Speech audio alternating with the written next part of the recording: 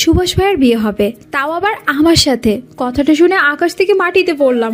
অন্যজনকে বাস দিতে গিয়ে যে নিজে বাস খাবো সেটা কখনো ভাবিনি। না না, শুধু বাস না, আইটালা বাস।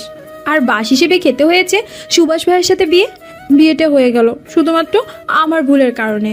ছোট থেকে সুভাষ ভাইয়া সব সময় আমার উপর নজরদারি করেন। চুন থেকে নুন খসলে ওনার বকা খেতে হয়। এই তো সেই দিন টেক্সট এক্সামের রেজাল্টের 2 সাবজেক্ট ফেল আসছে। আমি তো ভয়ে বাসায় কেউকে কিচ্ছু বলিনি, কিন্তু উনি সবার সামনে এসে আম্মুকে বললেন, চাচি, বেলি টেক্স এক্সামে কি রেজাল্ট করেছে তা কি জানো? আম্মু ওনার কথা শুনে আমাকে বলল, কি রে, তোর রেজাল্ট যে দিছে আমাকে তো বলিসনি। আমি চোরের মতো আম্মুর দিকে তাকিয়ে মনে মনে বললাম, কিভাবে বলবো যে 2 সাবজেক্ট ফেল করেছি। ভাবনার মাঝে সুভাষ ভাই বলে উঠলেন, চাচি বলবে কি করে যে ব্যক্তির সামনে এইচএসসি সে নাকি 2 সাবজেক্টে ফেল করেছে, তাও আবার আইসিটি আর ইংলিশ। মাথা মোটা একটা। চাচি, তাকে বলে দাও পড়ালেখা করতে না ভালো লাগলে বলতে পারে, আমরা তার বিবাহের ব্যবস্থা করে দেব। কথাটা বলে চলে গেলেন। তারপর আম্মু আমাকে ইচ্ছে মতো কথা শোনালেন। আব্বু কিচ্ছু বলেনি, কারণ বলার সুযোগ বড় চাচি দেয়নি। বড় চাচি আমাকে জড়িয়ে ধরে বলল, সামনে থেকে ভালো করে পড়িস কেমন? আমার মেয়েকে কেউ কিছু বলবে না আর। বলে তিনি আমাকে জড়িয়ে ধরলেন। সেদিন ভাইয়াকে ইচ্ছে মতো মনে মনে বকা দিলাম। ব্যাটা বজ্জাত, সবসময় আমার সাথে এমন করে। কি দরকার ছিল আম্মুকে বলার? কেন যে ওই ব্যাটা আমার পিছনে পড়ে থাকে তাই বুঝি না। দূর। তারপর কিছুদিন আগে কলেজ থেকে একটা প্রজেক্ট করতে বলে, কিন্তু আমার তো ল্যাপটপ নেই, আর ভাইয়ার কাছে চাইলে পাওয়া যাবে না। তাই ভাইয়াকে না জানিয়ে তার ল্যাপটপ নেই। তবে ভাগ্য ভালো যে পাসওয়ার্ড দেওয়া ছিল না। ল্যাপটপে প্রজেক্ট করতে যে ভুলবশত ভাইয়ার প্রয়োজনীয় ডকুমেন্ট ডিলিট করে ফেলি। আমি তো ভয়ে শেষ। ভাইয়া জানতে পেরে, অন্যর জিনিস নেয়ার আগে যে পারমিশন নিতে হয় তা কি জানো না? নিয়েছো বেশ ভালো, তা আবার আমার ইম্পর্টেন্ট ডকুমেন্ট ডিলিট করে দিয়েছো। মাথা মোটা একটা। তারপর থেকে প্রতিজ্ঞা করলাম এই বদলকের জিনিস জীবনও ধরবো না। সব সময় ঝাড়াঝাড়ি করতেই থাকে, আর এই লোকের সামনে যাওয়া যাবে না। বেশ কয়েকদিন পর তার থেকে একটা প্রতিশোধ নেওয়ার একটা সুযোগ পেলাম, আর এই সেই প্রতিশোধ আমার জীবনে বাস হয়ে দাঁড়ায়। সেই দিন কলেজ থেকে ফেরার পথে সুভাষ ভাইয়ের সাথে দেখলাম একটা মেয়েকে। বেশ হেসে হেসে কথা বলে, দুজনে এগোচ্ছেন। আমিও কম না, ফটাফট কতগুলো ছবি তুলে নিলাম। ব্যাটা প্রেমও করে দেখি। ইস, মেয়েটার জিন্দেগি শেষ। এইবার ব্যাটাকে উচিত শিক্ষা দেব। সবসময় আমার উপর ছাড়াছাড়ি করার মজা আজ বুঝবো। কথাগুলো বলে একটা শয়তানি হাসি দিলাম। বাসায় এসে বড় চাচুকে জলদি করে ছবিগুলো দেখালাম। চাচু তো রেগে শেষ, তবে বড় চাচি কিচ্ছু বললেন না। কিছুক্ষণ পরে ভাইয়া তার সাথে মেয়েটাকে নিয়ে বাসায় আসলেন। দেখলাম চাচি মেয়েটার সাথে হেসে কথা বলছে। আমি তো পুরো তাজ্জব বনে গেলাম। বেশ কিছুক্ষণ পরে বুঝতে পারলাম মেয়েটা আর কেউ না, ভাইয়ার কলেজ লাইফের বন্ধু মেঘা আপু। আমিও আপুর সাথে কথা বললাম। বেশ মজার মানুষ আপু। ভাইয়া আমার কাছে এসে বললেন, আমার ছবি আব্বুর কাছে দেখিয়েছো, কাজটা ভালো করনি। না জেনে না বুঝে কারোর সম্পর্কে বাজে মন্তব্য করা উচিত নয়। আমি বেশ লজ্জা পেয়ে ভাইয়াকে বললাম, সরি ভাইয়া, আমাকে মাফ করে দিন। ভাইয়া কিছু না বলে চলে গেলেন। রাতে খাবার টেবিলে বসে খাবার খাচ্ছি, তখন ভাইয়া বলে উঠল, এই ছেলেটা কে তোর পাশে? হেসে হেসে কথা বলছিস? আমি তো পুরোই অবাক। ভাইয়ার কাছে আমার আর ফাহিমের ছবি এলো কোথা থেকে? আজ আমি শেষ। ফাহিমের সাথে আমার পরিচয় হয় ফেসবুকে, তার সাথে আমার দেখাও হয়নি। তার সাথে আমার প্রণয়ের সম্পর্ক, ভালোবাসি আমি তাকে। তাই তো আজ তার সাথে দেখা করতে গিয়েছিলাম, কিন্তু ভাইয়ের কাছে আমার আর ফাহিমের ছবি এলো কোথা থেকে মাথায় আসছে না। আমাকে চুপ থাকতে দেখে আম্মু বলল, কথা বলিস না কেন, বল এই ছেলেকে। আব্বু রেগে বললেন, আমার মান সম্মান সব শেষ আজ। বলো কে এ ছেলে? আমি চুপ থাকলাম। আম্মু আমার গালে চড় বসিয়ে দিলেন। আমি কাঁদতে লাগলাম। কি থেকে কি হয়ে গেল? আম্মু বলতে লাগলো, এই দিন দেখার জন্য তোকে বড় করলাম, আজকে না আমার মেয়ে একটা অন্য ছেলের সাথে হেসে খেলে কথা বলছে, তাও আবার রাস্তায়। আম্মু তোমরা যেমনটা ভাবছো তেমন কিছু নয়। আমাকে বিশ্বাস করো, সে শুধু আমার বন্ধু, এর বেশি কিছু না। মেয়ে মানুষের ছেলে মানুষ বন্ধু হয় কেমনি? দাদি বলে উঠল। বড় চাচি সবাইকে শান্ত হতে বলল। বাচ্চা মানুষ ভুল করেছে, মাফ করে দিন। এমন ভুল আর কখনো করো না, কেমন? এরপর থেকে যে কোনো ছেলের সাথে রাস্তায় বা অন্য কোথাও কথা বলো না। হে লাগাই কই, মাইয়া মানুষ ঠিক সময় বিয়া না দিলে বিপদে যায়। বিয়া দিয়া দে মাইয়ারে আমিন। আম্মা ঠিক বলেছেন, ওকে বিয়ে দিতে হবে, না হলে কোন দিন জানি আমার মান সম্মান নষ্ট করে। আপনারা থামেন, আমার মেয়ে হয়তো ভুল করেছে মানলাম, তাই বলে তাকে এখন বিয়ে দিয়ে দিব? না, আমি আমার মেয়েকে এখন বিয়ে দিব না। তোমার কথায় তো সব হইব না বৌমা, মাইয়ারে বিয়া দিতে হবে, দিনকাল ভালো না। দাদির কথায় আমি তো অবাকের শেষ পর্যায়ে। বেশ রাগ লাগছে সুভাষ ভাইয়ের উপর। কেন উনি এমন করলো? সেই দিন আমি তার ছবি তুলেছি বলে কি আজ সে আমার সাথে এমন করলো? কেন করলেন সুভাষ ভাই এমন? আমি তো সেই দিন শুধু ছবি তুলেছি বলে আজ আপনি এমন করলেন আমার সাথে। চুপচাপ গিয়ে ঘুমাও, এত কথা ভাবতে হবে না। কেন ভাববো না বলেন? আজ আপনার এই কাজের জন্য সবাই আমাকে বিয়ে দিতে চাচ্ছে। এই কাজটা আপনি ভালো করেননি সুভাষ ভাই। কি সম্পর্ক ওই ছেলের সাথে তোমার? আমার বন্ধু। ও বন্ধু না অন্য কিছু, তা ছবিতে ভালোই বোঝা যাচ্ছে। বন্ধুর সাথে এভাবে কেউ রাস্তায় হাঁটে না। আপনি কি বলতে চাইছেন আমরা কিভাবে হেঁটেছি? এই যে হাত ধরে কেউ বন্ধুর সাথে হাঁটে, আমাকে বুঝাতে এসো না। মানলাম বন্ধু না, আমরা দুজন দুজনকে ভালোবাসি। ভালোবাসার মানে বুঝো? আপনার থেকে ভালো বুঝি। জীবনে কাউকে ভালোবেসেছেন কিনা সন্দেহ। বেশি কথা বলছো বেলি। আমি বেশি কথা বলছি তাই না? আর আপনি খুব ভালো কাজ করেছেন বুঝি। আপনি এই কাজটা একদম ভালো করেননি সুভাষ ভাই। তুমি তাহলে ভালো কাজ করছো তাই না? অচেনা অজানা একটা ছেলের সাথে রাস্তায় হেসে হেসে কথা বলছো। ছেলেটা যদি তোমার কোনো ক্ষতি করতো তখন কি হতো? তুমি কি তার পরিবার সম্পর্কে জানো? তাকে পার্সোনালি চেনো? যদি আজ তোমার সাথে উল্টোপাল্টা কিছু করতো তখন কি হতো ভেবে দেখেছো একবার? সে যাই হোক, আপনাকে কেউ বলেনি আমাকে নিয়ে এত ভাবতে। আমি নিজের খেয়াল রাখতে জানি। পূর্ণিমার রাত, চারপাশে সবকিছু জ্বলজ্বল করছে। নিস্তব্ধতা রাতে সবকিছু স্তব্ধ। সকলে গভীর নিদ্রে আচ্ছন্ন। শুধু ঘুম নেই এক কিশোরী কন্যার চোখে। বেশ কিছুক্ষণ ধরে এপিট ওপিট করছে বেলি। চোখে ঘুম নেই, মন ছটফট করছে। শুধু মনে হচ্ছে এইটুকু ভুলের জন্য এত বড় শাস্তি। ডিরেক্ট বিয়ের কথা ভেবেই কান্না পাচ্ছে বেলির। কথাগুলো ভাবতে ভাবতে কখন যে দু চোখ নিদ্রায় মগ্ন হয়ে গেল টেরই পেল না।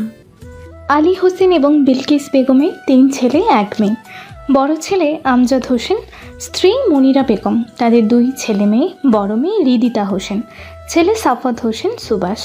মেজ ছেলে আমিন হোসেন, স্ত্রী রীতা বেগম, মেয়ে তাজনা হোসেন বেলি। তারপর মেয়ে মিতা হোসেন, যিনি শ্বশুরবাড়িতে আছেন। ছোট ছেলে মোর্শেদ হোসেন, স্ত্রী রাজিয়া বেগম, 2 ছেলে মেয়ে মিহির হোসেন এবং সামিয়া হোসেন। সকাল সকাল পাখির ডাকে ঘুম ভেঙে গেল বেলির। নামাজ শেষ করে কিছু পড়া বাকি ছিল, তা কমপ্লিট করে নিল। অন্যান্য সাবজেক্টে ভালো পারলেও আইসিটি আর ইংলিশ তার মাথায় ঢোকে না, তাই তো এই 2 সাবজেক্টে ফেল করলো। সকলে মিলে নাস্তা করছে। নাস্তা করতে করতে বিলকিস বেগম বললেন, কি আমিন, মাইয়ারে কি বিয়া দিবি না? জি আম্মা, ভালো ছেলে পেলে দেব। না, মেয়েকে এখন বিয়ে দিব না। আমি তাকে বোঝাবো এমন ভুল সে আর করবে না। বাচ্চা মানুষ, তাকে একবার সুযোগ দেন। বলে উঠলেন রীতা হোসেন।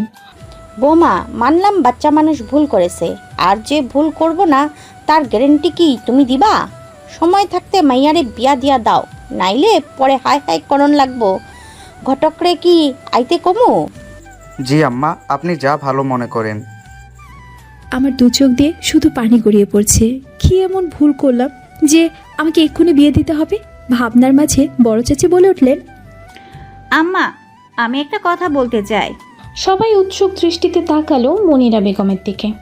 আমজাদ হোসেন বউয়ের কথা এক পলক তাকিয়ে খাবার খাওয়ায় মনোযোগ দিলেন। আম্মা, আমি বলছিলাম কি, বেলি তো আমাদেরই মেয়ে, সুবাসও আমাদের ছেলে। সুবাসেরও বিয়ের বয়স হয়েছে। আজ না হয় কাল সুবাসকে বিয়ে দিতেই হবে। আর বেলিকে বাহিরে কারোর কাছে বিয়ে দিলে পরিবার কেমন না কেমন হয়, তাই আর কি। কথা না ঘুরাইয়া তাড়াতাড়ি কও বৌমা, কথা না ঘুরাইয়া তাড়াতাড়ি কও বৌমা।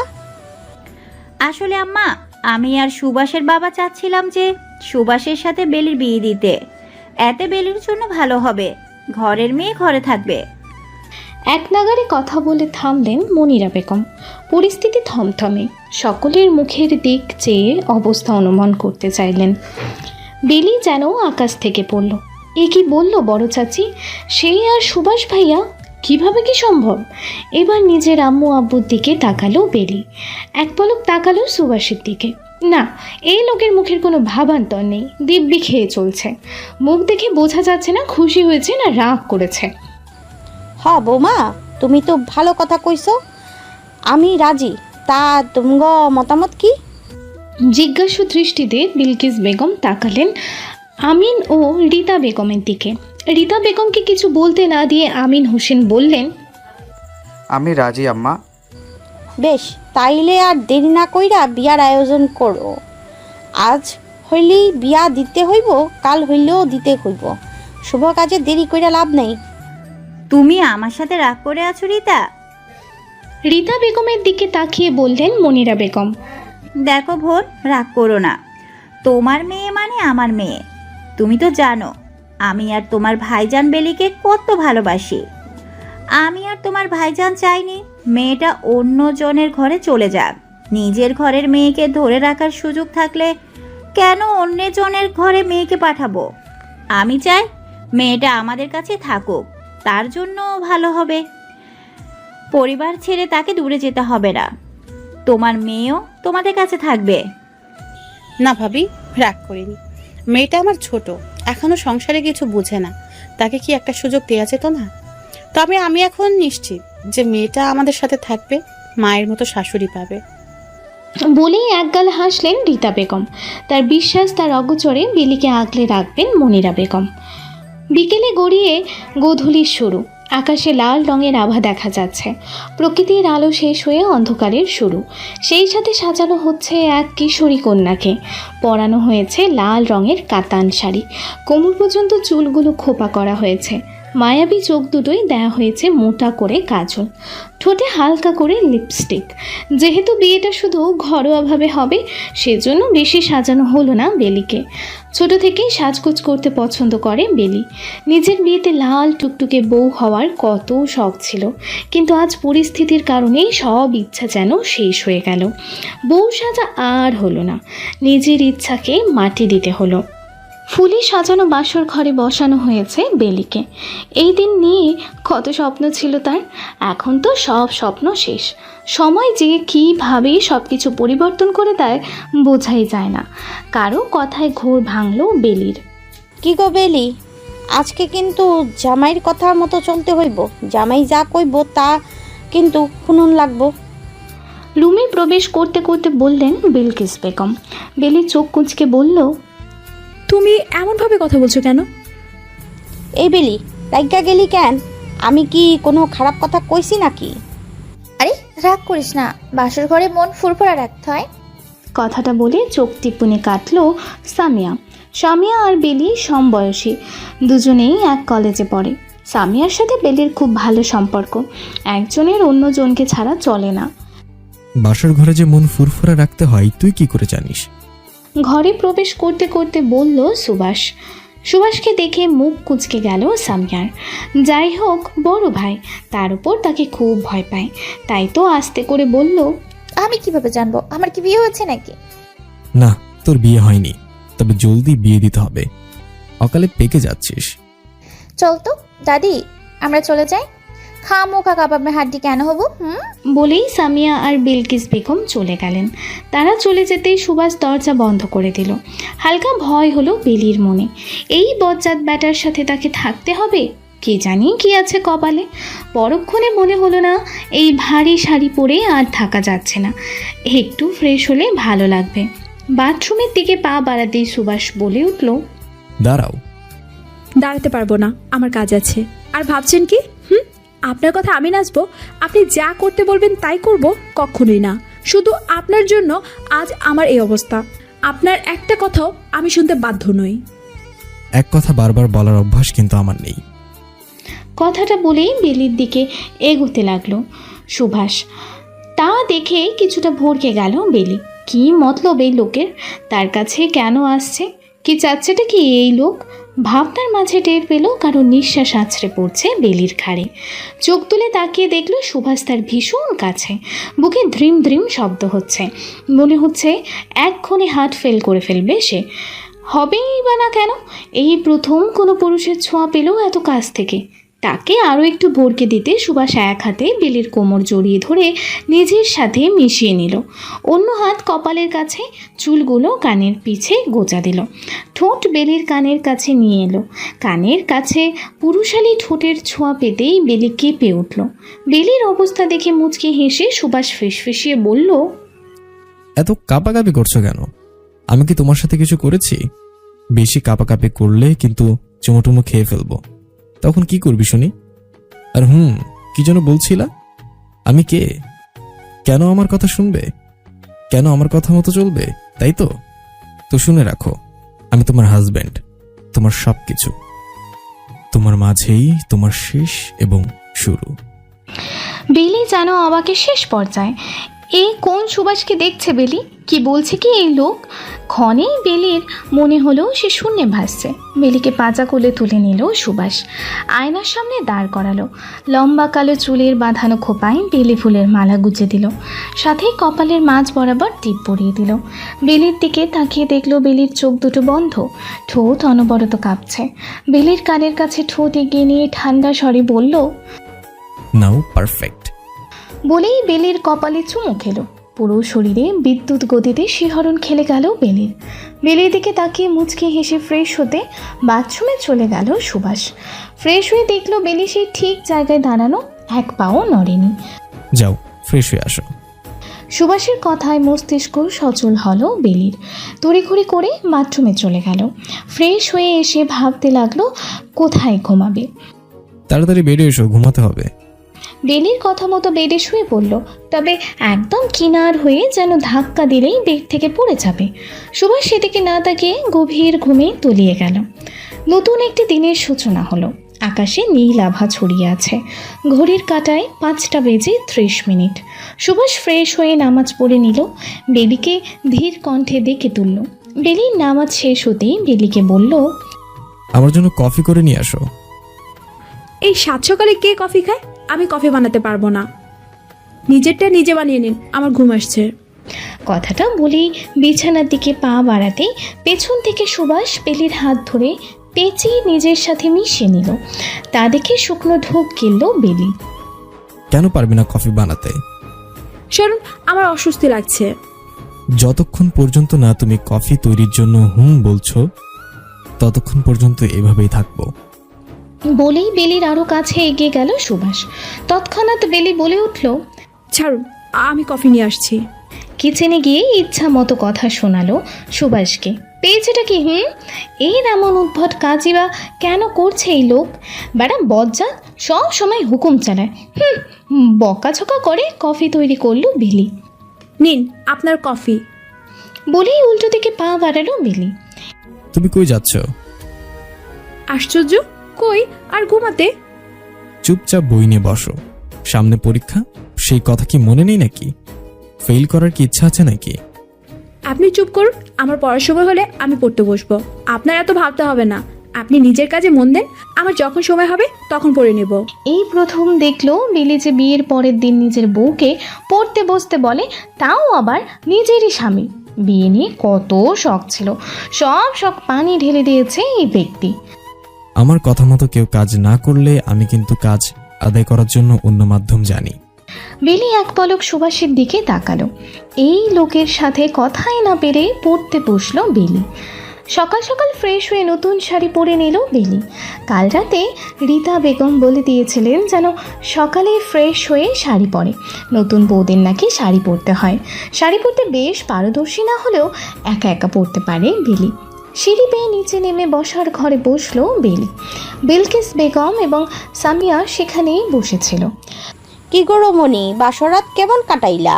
জামাই মনে হয় মেলা আদর সোহাগ করছে, তাই না? বলেই মুচকি হাসলেন বিলকিস বেগম। মূলত বেলিকে জ্বালাতন করতেই তিনি এই কথা বললেন। আহা দাদি, বাসর রাতে জামাই আদর করে না, এটা কি কোথাও শুনেছ?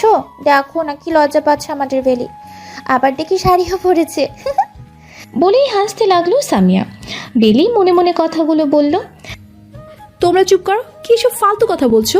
যত সব আজাইরা কথাবার্তা। সকাল থেকে কি একটার পর একটা শুরু হয়েছে, দিনটাই খারাপ। দাদিরা এমনভাবে কথা বলে নাকি? আজব। আমাকে তো বলতেই পারিস বেলি, আমি না তোর বেস্ট ফ্রেন্ড? বল না, কালকে সুভাষ ভাইয়া তোকে কয়টা চুমু খেয়েছে? বেলির কানের কাছে ফিস করে বলল সামিয়া। ছি, কথার কি অবস্থা! দয়া করে তুই চুপ থাক। আচ্ছা, এটা তো বলতেই পারিস যে জড়িয়ে ধরেছে নাকি? আমার বউকে আমি জড়িয়ে ধরলে প্রবলেম কোথায়? আমার বউকে আমি জড়িয়ে ধরবো না তো কি অন্যজন ধরবে? আর জড়িয়ে ধরলেই বাকি। তোকে কি সবকিছু বলা লাগবে? সিঁড়ি বেয়ে নামতে নামতে বলে উঠল সুভাষ। সুভাষকে দেখে চুপসে গেল সামিয়া। তাও ভালো যে কোনো ঝাড়ি দেয় নাই বা আম্মুর কাছে নালিশ করেনি। সুভাষ ভাইয়া যেই রাগি। বেলি আর সামিয়ার উদ্দেশ্যে করেই সুভাষ বলল, দুজনেই তৈরি হয়ে নাও, কলেজে পৌঁছে দেব। এ কি কথা দাদু ভাই? কাল মাত্র বিয়ে হইলো আর আজই কলেজে যাইবো? আর তুমি বা কেন অফিসে যাইবা? তুমিও আজ ছুটি নাও, কালকে থেকে কলেজ অফিস সব শুরু কইরো। সুভাষ ভাই, আজ কলেজে নাই যাই, কাল থেকে যাবো নে।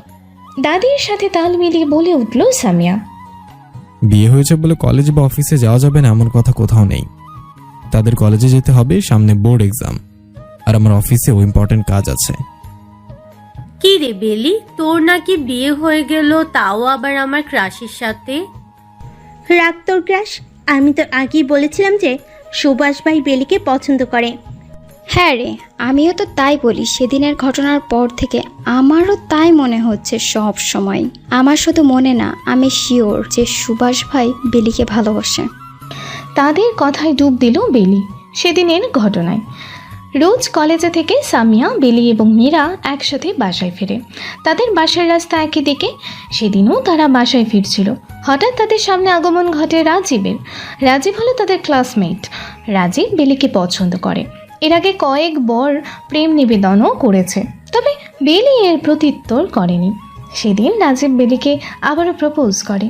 আর বেলির ভাগ্য খারাপ ছিল যে সুভাষ সেই রাস্তা দিয়ে বাড়ি ফিরছিল। সুভাষকে দেখে বেলি প্রচুর ভয় পেয়ে যায়। সে তাকে দেখে সুভাষ সব কিছু দেখে রাজীবকে ইচ্ছা মতো কেলানি দেয়। বাসায় যেও বেলিকে ইচ্ছা মতো কথা শোনায়। বেলিকে একদম সব ছেলেদের থেকে দূরে থাকতে বলে। এরপর থেকেই তাদের মনে সন্দেহ যে সুভাষ বেলিকে ভালোবাসে। কি রে বেলি, কোথায় হারিয়ে গেলি? থাক, এখন বল বাসরে কি কি করলি? সুভাষ ভাই তোকে কি চুমু খেয়েছে নাকি?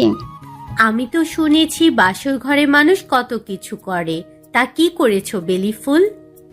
তোরা চুপ থাক প্লিজ। কেমন অসভ্যের মতো কথা বলছিস, মুখে কোনো কিছুই আটকে না দেখি। রাগে কচকচ করতে করতে বলল বেলি। কি বলবে এই বাঁদরগুলোকে? এদের কিছু বললে তেল থেকে তাল বানিয়ে দেবে। রাগে ক্লাসরুম থেকে বের হয়ে গেল বেলি। এদের সাথে থাকা যাবে না। এদের সাথে থাকলে হয়তো বেলির রাগ বেড়ে যাবে, নয়তো লজ্জায় শেষ হয়ে যাবে। বেলি সোজা এখন কলেজের মাঠের এক কোনায় বসে পড়ল। কাল রাত থেকে অনেকবার ফাহিমের ফোন কল দিয়েছে, কিন্তু একবারও কল রিসিভ হয়নি। বেলি এইবার লাস্ট কল দেবে। এইবার কল রিসিভ না করলে আর কখনো কল দেবে না। সব কিছু মেনে নেবে। একটা পবিত্র সম্পর্ককে নষ্ট করবে না। পরক্ষণেই মনে হলো, প্রথম ভালোবাসার মানুষকে কি এত সহজেই ভুলে থাকা যায়?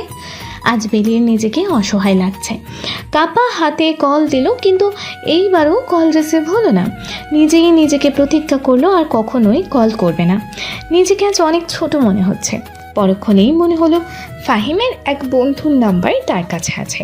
তাই নিজেকে সামলে নিয়ে ফাহিমের ফ্রেন্ডকে কল করে জানতে পারলো ফাহিম বলেছে বেলির সাথে আর সম্পর্ক রাখতে চায় না ফাহিম। তাই বেলির কল রিসিভ করছে না। বেলির চোখ দিয়ে জল গড়িয়ে পড়ল। কেন তার সাথে এমন হলো? কেন তার এত কিছু সহ্য করতে হচ্ছে?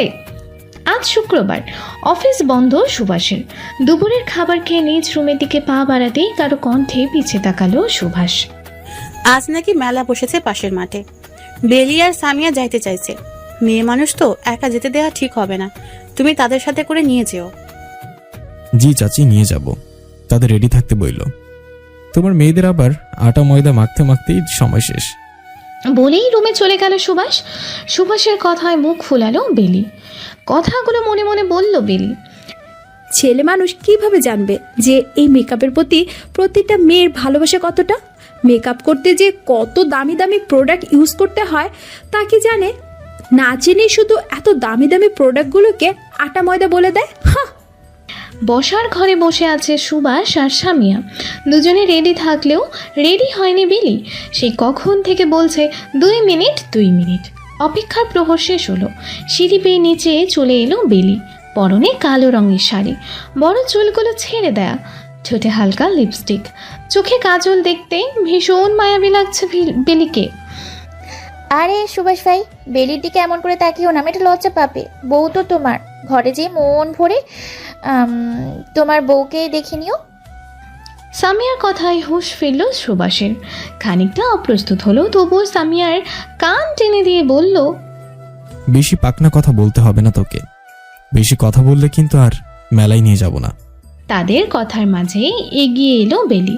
তারা বেরিয়ে গেল মেলার উদ্দেশ্যে। আজ বেশ মজা হবে। কতদিন পর তারা ঘুরতে বের হলো। ভাইয়া চলো না, ফুচকা খাবো। ভাইয়া আপনি না খান, আমি আর বেলি খাবো। তুই খাবি না বেলি? আমি এগুলো খাই না। এগুলো একদম ভালো খাবার না। কি না কিভাবে তৈরি করে। আপনার খেতে মন না চাইলে খাবেন না, আপনাকে তো আর খেতে বলিনি। সামিয়া চল তুই, আর আমিও খাবো। মেলাতে প্রবেশ করতেই সামিয়া বায়না ধরল ফুচকা খাবে। বেলিরও ফুচকা বেশ পছন্দ। সুভাষ এগুলো খায় না, যত সব আনহেলদি ফুড বলেই ভেঙচে কাটলো বেলি। কথাটা বলে সমিতার হাত ধরে ফুচকার দোকানে এগিয়ে গেল বেলি। বেশ ঝাল করে ফুচকা খেলো। ঝাল না খেলে কি ফুচকার মজা পাওয়া যায়? এই যে এখন বেশ ঝাল খাওয়ার ফলে চোখের পানি, নাকের পানি এক করে বসে আছে বেলি। পানি পানি করে চিল্লাচ্ছে। এই না পানি। বলেছিলাম ফুচকা খেও না। আমার কথা তো শুনলেই না, উল্টো ঝাল দিয়ে খেলে। যদি ঝাল খেতেই না পারো তাহলে খেতে গিয়েছো কেন? বেশ জোরে ধমকের সুরে বলল সুভাষ। থাক না ভাইয়া, বেচারিকার বকা দিয়েন না। চলো আমরা হাবাই মিঠাই খাই। হাবাই মিঠাই খেলে বেলির ঝাল কমে যাবে। তোদের তো সবসময় আনহেলদি খাবার খেতে মন চায়। প্লিজ ভাইয়া, খায় না। তোরা কি আমার কথা শুনবি? করবি তো শুধু নিজের মন মতো।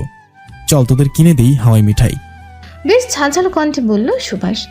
বেশ জোরে গাড়ি পার্ক করলো সুভাষ। বেলির হাত ধরে টানতে টানতে বাসার ভেতর ঢুকলো। সামিয়াও তাদের পেছন পেছন ঢুকলো। বসার ঘরে বসে কথা বলছেন বিলকিস বেগম, রীতা বেগম এবং মিতা বেগম। সবাইকে উপেক্ষা করে বেলিকে টানতে টানতে রুমে নিয়ে ঠাস করে দরজা লাগিয়ে দিল। রুমে এসে বেশ জোরে বেলির হাত ছাড়ার ফলে বেলি ছিটকে গিয়ে বেডে পড়ল। সুভাষের চোখ দুটো লাল হয়ে আছে, মনে হচ্ছে আগুন বের হবে। জোরে জোরে নিঃশ্বাস নিয়ে রাগ কমানোর চেষ্টা করছে। বেলির দিকে এক পলক তাকিয়ে এগিয়ে যেতে লাগলো। তা দেখে বেলি শুকনো ঢোক গিলল। সুভাষ বেলির হাতের আঙুলের ভাঁজে নিজের আঙুল গুজে দিয়ে বেলির সাথে চেপে ধরল। সুভাষের গরম নিঃশ্বাস বেলির ঘাড়ে পড়ছে। বেলি 2 চোখ বন্ধ করে এলো। বেলির কানের কাছে ঝাঁঝালো কণ্ঠে বলল, ছেলেদের পেট দেখানোর জন্য শাড়ি পরেছ? এত বড় গলার ব্লাউজ কেন পরেছ? যখন শাড়ি ঠিকমতো পরতে না পারো তাহলে পরেছ কেন? Answer me damn it. ভারী কণ্ঠে কেঁপে উঠল বেলি। আসলে আমি। তোতলাচ্ছ কেন? শাড়ি ঠিকমতো পরতে পারলে পরবে, না হলে পরার কোনো প্রয়োজন নেই। তোমার সৌন্দর্য দেখার অধিকার শুধু আমার আর কারণ নয়। এই সৌন্দর্য শুধুমাত্র আমার জন্য বরাদ্দ। নেক্সট টাইম যেন এমন না হয়। M I clear? 2 চোখ দিয়ে জল গড়িয়ে পড়ল বেলির। তার কি দোষ? সে কি ইচ্ছা করে এমন করে শাড়ি পরেছে নাকি? কখন শাড়ি কোমর থেকে সরে গিয়েছে সে নিজেই টের পায়নি। আর ব্লাউজটা তো মার্কেট থেকে কিনে এনেছে বলেই এত বড় গলা, সেখানে তার কি দোষ? সুভাষের ইম্পর্ট্যান্ট কল আসাতে বেলি আর সামিয়াকে রেখে একপাশে কথা বলতে আসে সুভাষ। সামিয়া আর বেলি কিছু কেনাকাটা করছিল। কথা শেষে বেলির সামনে এগোতেই সুভাষের কানে ভেসে এলো, দোস্ত দেখ, পুরাই মাখন। পেটটাই যদি এমন হয়, না জানি বদনটা কেমন হইব। মন চাইতেছে একটু হাত দিয়ে ধুইরা দেখি। দোস্ত মনটা চাইতেছে মাখনটার একটু সইয়া দিই। ইস, যদি আজকে রাতের জন্য পাইতা তাহলে মনটাই শান্তি পাইতো রে। আমার তো এখনই সব করতে মন চাইতেছে। আমার তো উপর থেকে নিচ পর্যন্ত সব টেস্ট করতে মন চাইতেছে। বলেই হাসতে লাগলো ছ্যাঁচড়া বদমাইশগুলো। এদের কাজই হলো মেয়েদেরকে হয়রানি করা, মেয়েদেরকে বাজে মন্তব্য করা। তাদের কথা শুনে সামনের দিকে তাদের চোখ অনুসরণ করে তাকাতেই রগ তরতর করে বেড়ে গেল সুবাসের। তারা বেলির দিকে তাকিয়ে কথাগুলো বলছিল।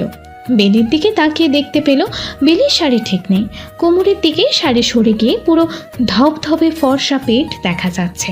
চুলগুলো খোপা করার ফলে ঘাড় থেকে একটু নিচ পর্যন্ত দেখা যাচ্ছে। এক পলক সেদিকে চেয়ে প্রথম জনের নাক বরাবর ঘুষি দিল সুবাস। বরাবর সবগুলোকে ইচ্ছে মতো কেলানি দিল। রাত 10টা। তখনকার ঘটনার পর বেলি অনেক কেঁদেছে। বেশি কান্নার ফলে চোখ সহ মাথা প্রচুর ব্যথা করছে, তাকাতে পর্যন্ত পারছে না। তাই তো রাতের খাবার পর্যন্ত খায়নি। অন্ধকার রুমে প্রবেশ করে লাইট অন করলো সুবাস। হাতে তার খাবারের প্লেট। বেলি কাঁথা মুড়ি দিয়ে শুয়ে আছে। বেলির দিকে এগিয়ে গিয়ে ধীর কণ্ঠে ঢাকতে লাগলো। বেলি ওঠো, খাবারটা খেয়ে নাও। বেলি কোনো শব্দ করলো না। ফের সুবাস বলল, বেলি খাবারটা জলদি শেষ করো, না হলে কিন্তু ভালো হবে না। শেষমেশ বেলি চোখ খুলে খানিকটা রাগের সুরে বলল, আমি খাবো না, আমার খিদে নেই, আমাকে ঘুমাতে দিন। এবার সুভাষ বেলির হাত টেনে ধরে বিছানায় বসিয়ে দিল। ভাত মাখিয়ে বেলির মুখের সামনে ধরল। ভালোই ভালোই বলছে খেয়ে নাও, আমাকে রাগিও না। বেলি কথা না বাড়িয়ে চুপচাপ খাওয়া শুরু করলো। বেলি 2-1 লোকমা খেয়ে আর খেতেই চাইলো না। সুভাষও আর জোর করলো না, হাত ধুয়ে শুয়ে পড়লো। তবে বেলির চোখে ঘুম নেই। লোকটা এমন কেন? একটু সরি বললে কি হতো? বেলির বান্ধবীরা হাজার বলুক যে সুভাষ তাকে ভালোবাসে, কিন্তু সেটা বিশ্বাস করে না। বিশ্বাস করবেই বা কেন? যেই লোক একটা সরি বলতে পারে না, সেই আবার কিসের ভালোবাসে? এইসব ভাবতে ভাবতে বেলির 2 চোখে ঘুম পড়িয়ে এসে হানা দিল। গভীর নিদ্রায় চলে গেল বেলি। সুভাষ বেলির দিকে তাকিয়ে রইল।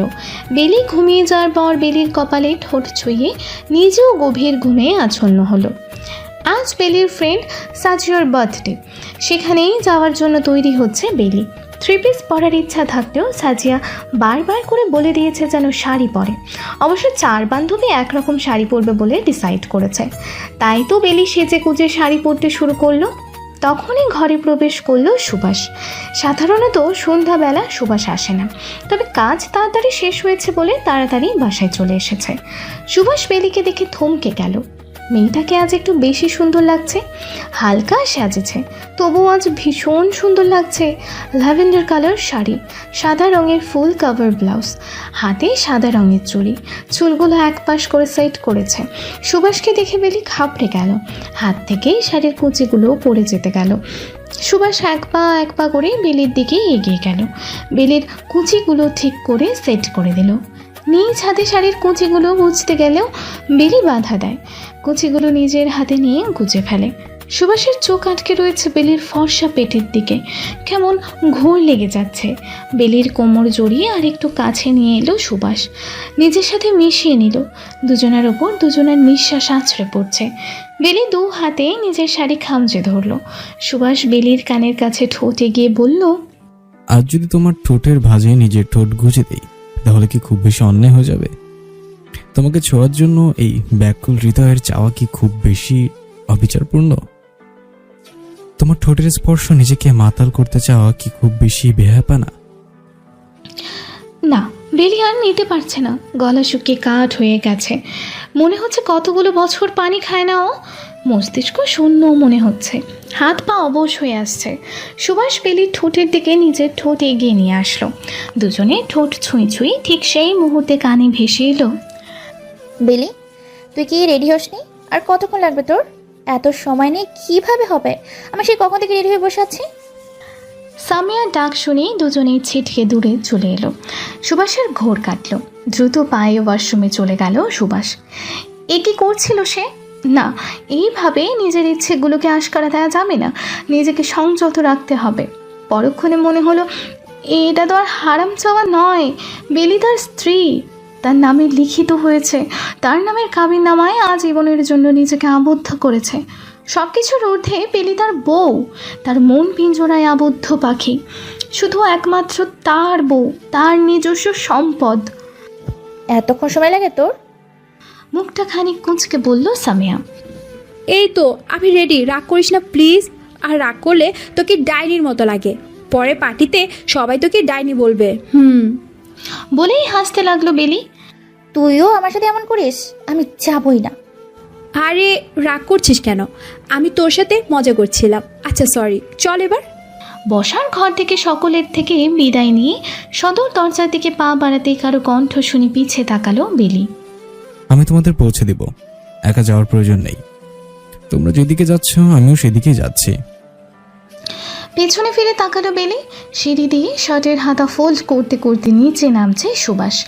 লোকটাকে আজ একটু অন্যরকম লাগছে। কালো প্যান্ট, কালো শার্ট, চুলগুলো সেট করা, শ্যামলা মুখখানায় চাপদারি বেশ মানিয়েছে, হাতে ব্র্যান্ডেড সিলভার কালার ওয়াচ। সব মিলিয়ে লোকটাকে একটু বেশি সুন্দর লাগছে। পরক্ষণে এসব ভাবার জন্য নিজেকে 101টা কথা শোনালো বেলি।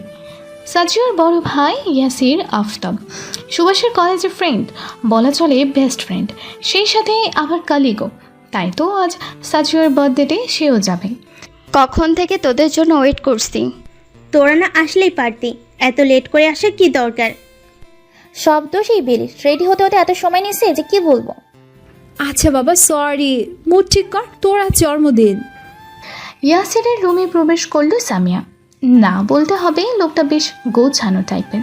ছেলে মানুষের রুম এত সুন্দর করে গোছানো ভাবা যায়, যেখানে সে মেয়ে হয়েও অতটা গোছানো না। অন্যের ঘরে পারমিশন না নিয়ে প্রবেশ করতে হয় মিস সামিয়া? আয়নার সামনে টাই বাঁধতে বাঁধতে বলল ইয়াসির। খানিকটা ঘাবড়ে গেল সামিয়া। সে তো মনে করেছে লোকটা রুমে নেই, এখন কিভাবে মুখ দেখাবে। কোথায় হারিয়ে গেলেন মিস সামিয়া? কথাটা বলেই সামনের দিকে এগিয়ে যেতে লাগলো ইয়াসির। সামিয়াকে হ্যাঁচকা টানিয়ে নিজের সামনে এনে দরজাটা বন্ধ করে দরজার সাথে চেপে ধরল। আপনাকে কতবার বলেছি আমার থেকে দূরে থাকবেন, আপনি আমার আসল রূপ দেখলে নিতে পারবেন? বলেই সামিয়ার মুখের ওপর ফু দিল ইয়াসির। সামিয়া চোখ বন্ধ করে নিল। যতবার আগুনের সামনে আসবেন ততবার কিন্তু জ্বলসে যাওয়ার আশঙ্কা থাকবে। এমনটা নয় যে আগুন বারবার আপনাকে কাছে পেয়েও ছেড়ে দেবে। আমি তো বারবার আগুনের সামনেই আসি নিজেকে ঝলসে দিতে। আমিও তো চাই আগুনের তাপ নিজের গায়ে মেখে নিতে। এবার সাহস করে বলেই ফেলবো সামিয়া। কি হলো আজ? অন্য সময় তো মুখ দিয়ে কথাই বের হয় না, আজ কি হলো তাহলে? আপনাকে লাস্টবারের মতো ওয়ার্নিং করছি, আমার থেকে ডিস্টেন্স মেনটেন করে চলবেন। বলেই রুম থেকে বের হয়ে গেল ইয়াসির। কেক কাটার পর্ব শেষ হলো। সকলে মিলে ভালোই মজা করেছে আজ। সুন্দর সন্ধ্যার শেষ হয়ে রাতের খাবারের পর্ব শেষ হলো। একে সবাই বিদায় নিয়ে নিজের বাসার দিকে রওনা হলো। আজ সকলে শাড়ি পরেছে। আজ বেলিদের বিদায় অনুষ্ঠান। সবার মন ভালো থাকলেও সামিয়ার মন একটুও ভালো নেই। কি হয়েছে তোর সামিরা? বেলি, তুই কি কিছু জানিস ওর কি হলো? আরে আমি জানবো কি করে? নানু শরীর ভালো না থাকায় নানুকে দেখতে গিয়েছিলাম, সেখানে ছিলাম রাতে, সেখান থেকেই কলেজে এসেছি। বল তোর কি হয়েছে, এমন মনমরা হয়ে আছিস কেন? আজ কলেজে আসার সময় ইয়াসির ভাইকে দেখেছি। অবশেষে মুখ খুলল সামিয়া। তো কি হয়েছে, খুলে বল সব। আরে দেখলাম ইয়াসির ভাইয়া ফুলের দোকান থেকে বড় একটা গোলাপ ফুলের ফ্লাওয়ার বুকে কিনলো। আমি সামনে যেয়ে বললাম, ইয়াসির ভাই ফ্লাওয়ার বুকে কার জন্য? উনি মুচকি এসে বললেন, এই ফুল আমার গার্লফ্রেন্ডের জন্য। ও ইয়াসির ভাই, আপনার হৃদয়ের রানী কি আমাকে বানানো যায় না? এই ফুলের মালিকানা কি আমায় দেওয়া যায় না? দু চোখে জল নিয়ে প্রশ্ন ছুড়ল সামিয়া। ভুলে যেও না, ফুলের সাথে কিন্তু কাঁটাও আছে। ফুলকে গ্রহণ করতে হলে ফুলের কাঁটার অযত্ন যন্ত্রণাও সহ্য করতে হবে। পারবে কি সেই যন্ত্রণা সহ্য করতে? আপনি পাশে থাকলে শুধু ফুলের কাঁটা কেন, অসহ্য যন্ত্রণায় বিষ পান করে মৃত্যুর যন্ত্রণাও সহ্য করতে পারবো। এসব আবেগময়ী কথা বন্ধ করো, নিজের কাজে মন দাও। আমার থেকে 10 হাত দূরে থাকবে। I am clear. বলেই চলে গেল ইয়াসির। কথাগুলো বলতে বলতে চোখ দিয়ে জল গড়িয়ে পড়ল সামিয়ার।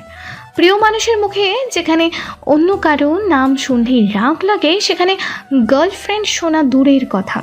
এই মানুষটাকে অন্য কারোর সাথে ভাবতে পারে না সামিয়া। সময় ঢাললে কখন কিভাবে যে এই লোকের মাঝে আটকে গেছে সামিয়া তা সে নিজেও জানে না, এমনকি জানতেও চায় না। লোকটার মুখে গার্লফ্রেন্ডের কথা শুনে মনে হচ্ছে দিন দুনিয়া সব কিছু থমকে গেছে, কোনো কিছু ভালো লাগছে না। কেন লোকটা তার ভালোবাসা বুঝতে চায় না?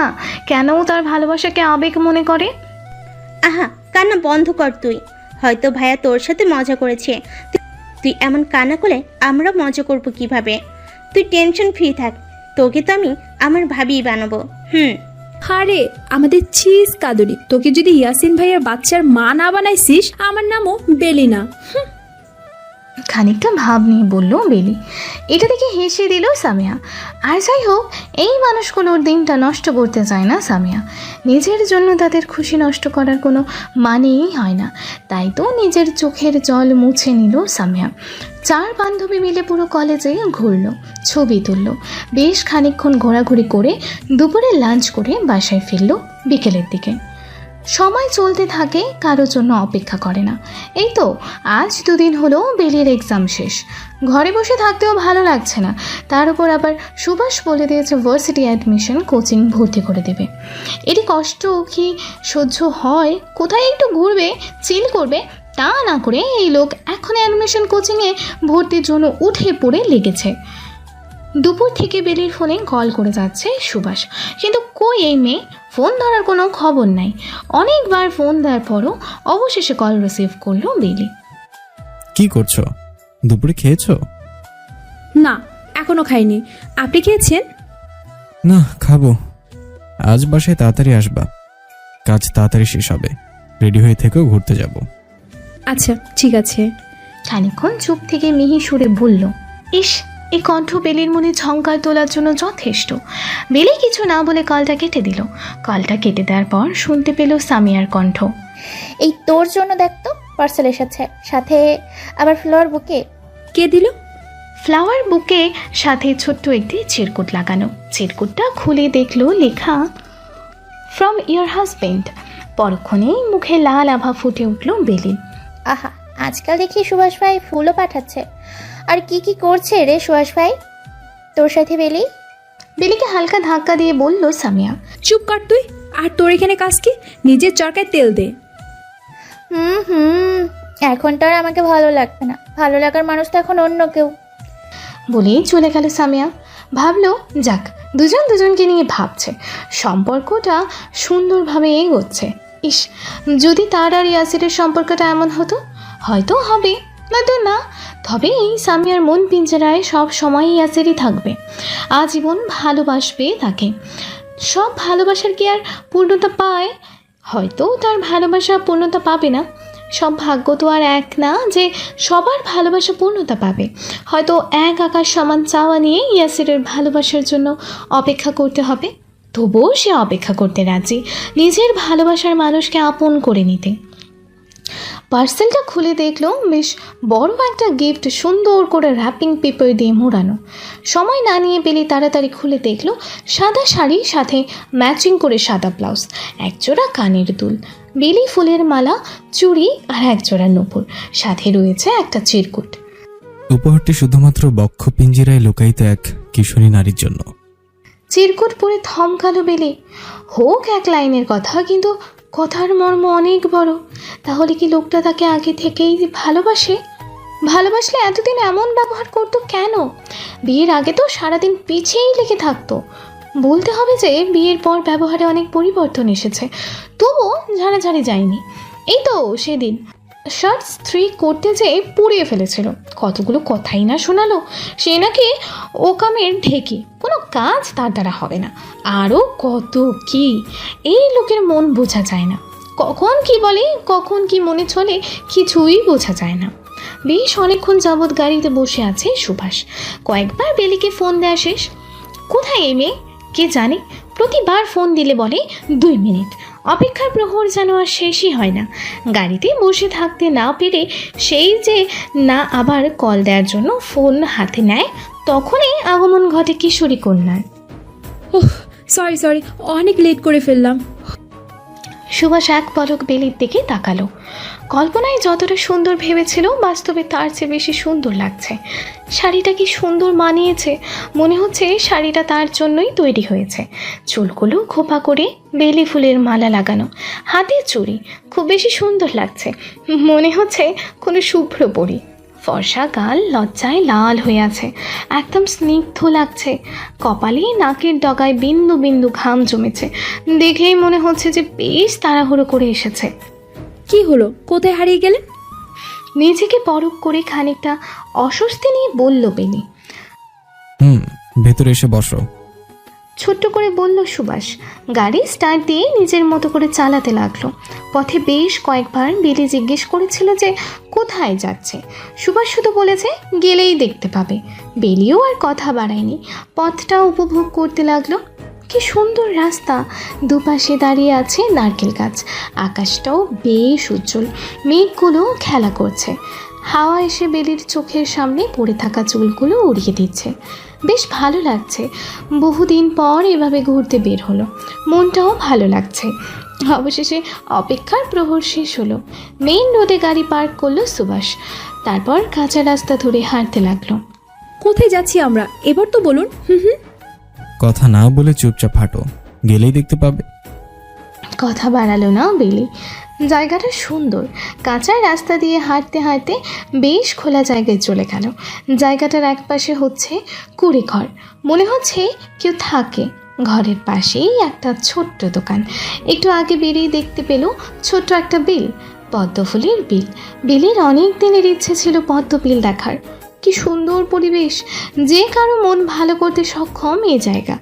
আশেপাশে আরও মানুষ দেখা যাচ্ছে, প্রত্যেকেই প্রকৃতির সৌন্দর্য উপভোগ করতে ব্যস্ত। সুভাষ বেলিকে নিয়ে নৌকায় উঠল পুরো বিল ঘুরে দেখার জন্য। বেলি সুভাষের হাত শক্ত করে ধরে নৌকায় উঠালো। তা দেখেই সুভাষ হাসলো। দুজনে নৌকায় বসলো। বেলি নৌকায় ভীষণ ভয় পায়, তাই তো সুভাষের একদম গা ঘেঁষে বসে পড়ল। সুভাষ বেলির দিকে তাকিয়ে বৃদ্ধ মাঝিকে বলল, কি অবস্থা চাচা, কেমন আছেন? চাচির শরীর ভালো তো? আমরা দুজনেই মেল্লা ভালো আছি। তো তোমার লগে এটা কেডা, বৌমা নেহি? চাচা আমার বউ। বেলির দিকে তাকিয়ে বলল সুভাষ। বেলি লজ্জায় চোখ নিচে করে নিল। যাই হোক, এভাবে বউ বললে তো লজ্জা লাগবেই। পুরো বিল ঘুরে দেখলো তারা, কতগুলো ছবি তুলে নিল। অবশ্য বেলি বেশ কয়েকটা ছবি তুললো, সুভাষের সাথেও কয়েকটা তুললো। আকাশটা সুন্দর হওয়াতে ছবিগুলো বেশ সুন্দর এসেছে। বিল থেকে বেরিয়ে এসে সেই বৃদ্ধ লোকের বাসায় গেল তারা। বৃদ্ধ লোকের নাম হলো কুদ্দুস মিয়া। তিনি এবং তার স্ত্রী ফিরোজা বেগম এখানে বসবাস করেন। ফিরোজা বেগম তাদের ঘরে তুলে নিল। ঘরে প্রবেশ করতেই দেখতে পেল একটি ছোট্ট বাচ্চা খেলা করছে চকিতে বসে। বয়স কত হবে? এই 2 কি 3 বছর। কি সুন্দর বাচ্চা, কি সুন্দর তার হাসি। সুভাষ বাচ্চাটাকে কোলে নিল, পরপর কয়েকটা চুমুও খেলো। বাচ্চাটাও সুভাষকে দেখে খিলখিল করে হাসতে লাগলো, সাথে সুভাষও হাসতে লাগলো। বেলি এই প্রথম সুভাষকে এইভাবে হাসতে দেখলো। লোকটার হাসি এত সুন্দর, কই আগে তো কখনো এভাবে লোকটার হাসি দেখেনি বেলি। আগে তো কখনো সুভাষের হাসি এত ভালো লাগেনি। তবে বলতে হবে লোকটার হাসিতে কিছু একটা আছে। বেলি আরও একটু জিনিস লক্ষ্য করলো, তা হলো সুভাষ বাচ্চাটাকে খুব আদর করছে। রিদিতা আপুর মেয়ে চাঁদকেও ভীষণ ভালোবাসে। তবে কি লোকটার বাচ্চা খুব পছন্দ? তাদের বাচ্চা হলেও কি? পরক্ষণে নিজের চিন্তার জন্য নিজেকে কতগুলো যে বকা দিল বেলি, কি সব ভাবছে সে। বেলির ভাবনার মাঝে ফিরোজা বেগম উদ্দেশ্য করে বলল সুভাষ, চাচি কেমন আছেন? আজ কিন্তু আপনার হাতের গরম গরম চাপড়ি আর ভর্তা খেতে এসেছে, মিলবে কি? মিলবো, ঘরে যাই আর বহগা। আমি বসবো না, একটু বাইরে আসেন চাচা আমার সাথে। কুদ্দুস মিয়াকে বলল সুভাষ। দুজনে বেরিয়ে গেল। ফিরোজ বেগম ঘরের পাশে ছোট্ট দোকানে চলে গেল। সাথে বাচ্চাকে নিতে গেলে বেলি নিজের কোলে নিয়ে নেয়। বেলি আর একা ঘরে না বসে ফিরোজা বেগমের পাশে গিয়ে বসলো। তুমি এদিকে আইলা কি লিগা? এমনি চাচি, ঘরে ভালো লাগছিল না, আপনার সাথে কথা বলি, ভালো লাগবে। তয় বহ, সুভাষ বাবার লাগে তোমার বিয়া কবে হইল? বেশ কিছুদিন আগে চাচি। আহা, কি সুন্দর একটা মানুষ পাইছো রে মা। মনটা কি সুন্দর জানো। আমার কোনো পোলা নাই, একটা মাইয়া আসলো, তাও একেবারে লিগা আম্মাগো চাইটা গেছে গা, নাই এই দুনিয়াতে। এই ঘরটার মধ্যে 2 জন থাকি। এই নাতনিটারে লইয়া আমার মাইয়ারে বিয়া দিছিলাম। জামাই ভালা না, বাচ্চাটা পেটে আহনের পরে মাইয়ারে সাইরা গেছে গা। আমার নাতনিটা যেদিন হইব ওই দিন সুভাষ বাবার লগে দেখা হয়েছে। আমার মাইয়া ব্যথায় ছটফট করতেছিল। আর এই মেন রোডে কোনো গাড়ি পাই নাই, যে ডাক্তারের কাছে নিমু আর টাকাও আসছিল না। শেষমেশ সুভাষ বাবারে আল্লাহ পাঠাইছে। বাবাই আমগো ডাক্তার খানায় লইয়া গেছে। আমার নাতনিটা হইল, কিন্তু আমার মাইয়াটা আর বাঁচব না। কথাটা বলেই ফিরোজা বেগম কাঁদতে লাগলেন। কান্না করবেন না চাচি, আপুর জন্য দোয়া করবেন। সুভাষ বাবাই তো এই ছোট্ট দোকানটা বানাই দিছে। এই পদ্ম বিল যারা দেখতে আহে তাগো কাছে চাকরি বেচি, তাই দিয়া দুজনের সংসার আরামে চলে। তাও সুভাষ বাবাই মধ্যে মধ্যে আয় আমগো খোঁজ নেই। হাজার না করণের পরেও আমগো লিয়ে কিছু না কিছু নিয়ে আহে। তাদের কথার মাঝে সুভাষ আর কুদ্দুস মিয়া চলে আসলো, হাতে কতগুলো ব্যাগ। দেখো বাবাই আমাকে লাগে কত কিছু আনছে। কুদ্দুস মিয়া তার স্ত্রীকে বললেন, বাবাই কি আর আমগো কথা শুনবো? বাবাই কিছু না কিছু নিয়ে আইব। চলে, এখন চাকরি হয়ে গেছে। বলেই চলে গেলেন ফিরোজা বেগম। বেলি আর সুভাষ খাওয়া দাওয়া করে বেশ কিছুক্ষণ বসে তাদের কাছ থেকে বিদায় নিয়ে বের হয়ে গেল। বেলির আজ দিনটা ভীষণ ভালো কেটেছে, মনটাও ভালো হয়ে গেল। আপনি যে এরকম কাউকে সাহায্য করেন তা তো কোনোদিন বলেননি। সবকিছু কি বলতে হয় নাকি? কিছু কাজ করতে হয় নিজেকে গোপন রেখে, এতে আত্মতৃপ্তি লাভ হয়। বলেই ড্রাইভিং করতে লাগলো সুভাষ। যাক, লোকটা অতটাও খারাপ না যতটা বেলি ভেবেছিল। এত একটা গম্ভীর নয়। গম্ভীর মানুষটার মাঝে একটা সুন্দর মনের মানুষের বসবাস। তাহলে এই প্রথম লোকটার জন্য অন্য রকম অনুভূতি কাজ করছে বেলির। এই অনুভূতির নাম কি? এটা কি তবে এই নাম না জানা অনুভূতি, নাকি এই অনুভূতির নাম অন্য কিছু? কথাগুলো আনমনে ভাবতে লাগলো বেলি। আজ বেলির রেজাল্ট দেবে। সকাল থেকে মনটা দূর দূর করছে বেলির। সব পরীক্ষা ভালো দিলেও আইসিটি একদম ভালো হয়নি। পাশ আসবে কিনা তাও সন্দেহ। কাল সারা রাত ঘুম হয়নি বেলির, এই টেনশনেই নিজ ঘরে এক নাগারে পায়চারি করছে বেলি। আজ তার কপালে কি আছে কে জানে। এবার টেনশন করলে কি তোর সব সমস্যার সমাধান হয়ে যাবে নাকি? আল্লাহর কাছে দোয়া কর, ভালো কিছু হবে। বেলিকে বলল সামিয়া। তুই তো ভালো পরীক্ষা দিয়েছিস, তোর তো কোনো টেনশন নাই রে বোন। আমার তো পাশ ফেল নিয়েই টানাটানি। টেনশন ফ্রি থাক, ভালো কিছু হইব। তখন রুমে প্রবেশ করলো সুভাষ। সুভাষকে দেখে দুজনেই ঢোক গেল। আমাদের রেজাল্ট পেয়েছো ভাইয়া? তুই পেয়েছি A+ আর বেলি পেয়েছে। বলেই চুপ করলো সুভাষ। বেলি কি পেয়েছে ভাইয়া? বেলির চোখ দিয়ে জল গড়িয়ে পড়ল। সে মনে হয় ফেল করেছে। বেলি পাশ করেছে, 4.50 পেয়েছে। বেলির দিকে তাকিয়ে বলল সুভাষ। বেলিকে আর কে পায়? খুশিতে নাচতে শুরু করলো। অতিরিক্ত খুশিতে সুভাষকে জড়িয়ে ধরলো বেলি। কয়েক সেকেন্ড পর মস্তিষ্ক নড়ে উঠল। থাক, আমি চাই। আমি আবার কারো রোম্যান্সে বাধা হতে চাই না বাবা। বলেই মেকি হেসে চলে গেল সামিয়া। সুভাষকে ছেড়ে চলে আসতে নিলেই সুভাষ বেলির দুহাত কোমরে জড়িয়ে ধরল। কানের কাছে ফিস ফিস করে বলল, অভিনন্দন বউজান, অনেক অনেক অভিনন্দন তোমাকে, আমার একমাত্র বউ। বেলি ঢোক গেলে সুভাষের দিকে তাকালো। সুভাষ বেলির কপালে চুমু খেলো। বেলির রন্ধ্রে রন্ধ্রে শিহরণ খেয়ে গেল। দু চোখ বন্ধ করে নিল। সুভাষ বেলিকে ছেড়ে দিয়ে চলে গেল। বেলি যেন হাঁফ ছেড়ে বাঁচল। এক লোকের স্পর্শে এলে কি যেন হয়ে যায় বেলির। নিতে পারে না, কেমন যেন সব কিছু তালগোল পাকিয়ে যায়। নতুন নতুন অনুভূতির নাড়া দেয়। কে আছে এই লোকের স্পর্শে কে জানে। রাতের খাবার খেতে বসেছে সকলে। মনিরা বেগম আর রাজিয়া বেগম খাবারগুলো এগিয়ে দিচ্ছেন। রীতা বেগম বেলিকে মাছ বেছে দিচ্ছেন। বিলকিস বেগম রুটি খাচ্ছেন। আমজাদ হোসেন কথা বলছে তার ছোট বোন মিতা বেগমের সাথে। বেশ হাসি খুশিভাবে কথা বলছেন। কথা শেষে আমজাদ হোসেন বললেন, এখন তো বালি আর সামিয়ার পরীক্ষার রেজাল্টও দিয়ে দিয়েছে, আর মিতাও বলছিল যে তাদের বাসা থেকে ঘুরে আসতে আমাদের সবাইকে। সব ঠিক, কিন্তু ভাইজান, মিহিরের তো পরীক্ষা। আরে আম্মু, পরীক্ষা বাদ, আগে ঘোরাঘুরি। খাবার খেতে খেতে বলল মিহির। এই মিহিরের পরীক্ষা হইলে ওর যাওয়া লাগবে না, আমরাই যাব। তো চুপ থাক আপু, আমি যাব। যেদিকে যাক না কেন বেলি কোথাও যাবে না।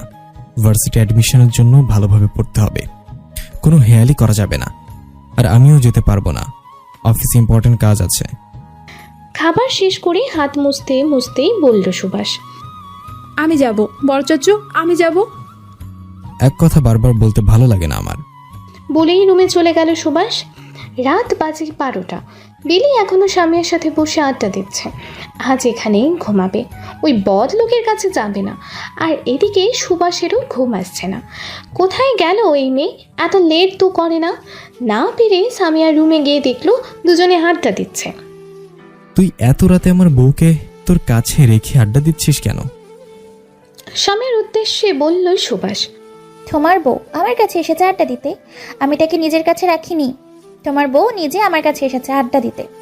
সুভাষের দিকে তাকিয়ে বলল সামিয়া। সামিয়া, তোর ভাইকে বলে দে এখান থেকে চলে যেতে। আমি তার সাথে যাব না, আমি এখানে ঘুমাবো। ঘাড়তারামি না করে ভালোই ভালোই রুমে চলো। বিলির দিকে এগোতে এগোতে বলল সুভাষ। আমি যাব না মানে যাব না। মুখ কুঁচকে বলল বেলি। তুমি না গেলে অন্য উপায় আছে আমার কাছে তোমাকে নিয়ে যাওয়ার জন্য। বলেই বেলিকে এক ঝটকায় করে তুলে নিল সুভাষ।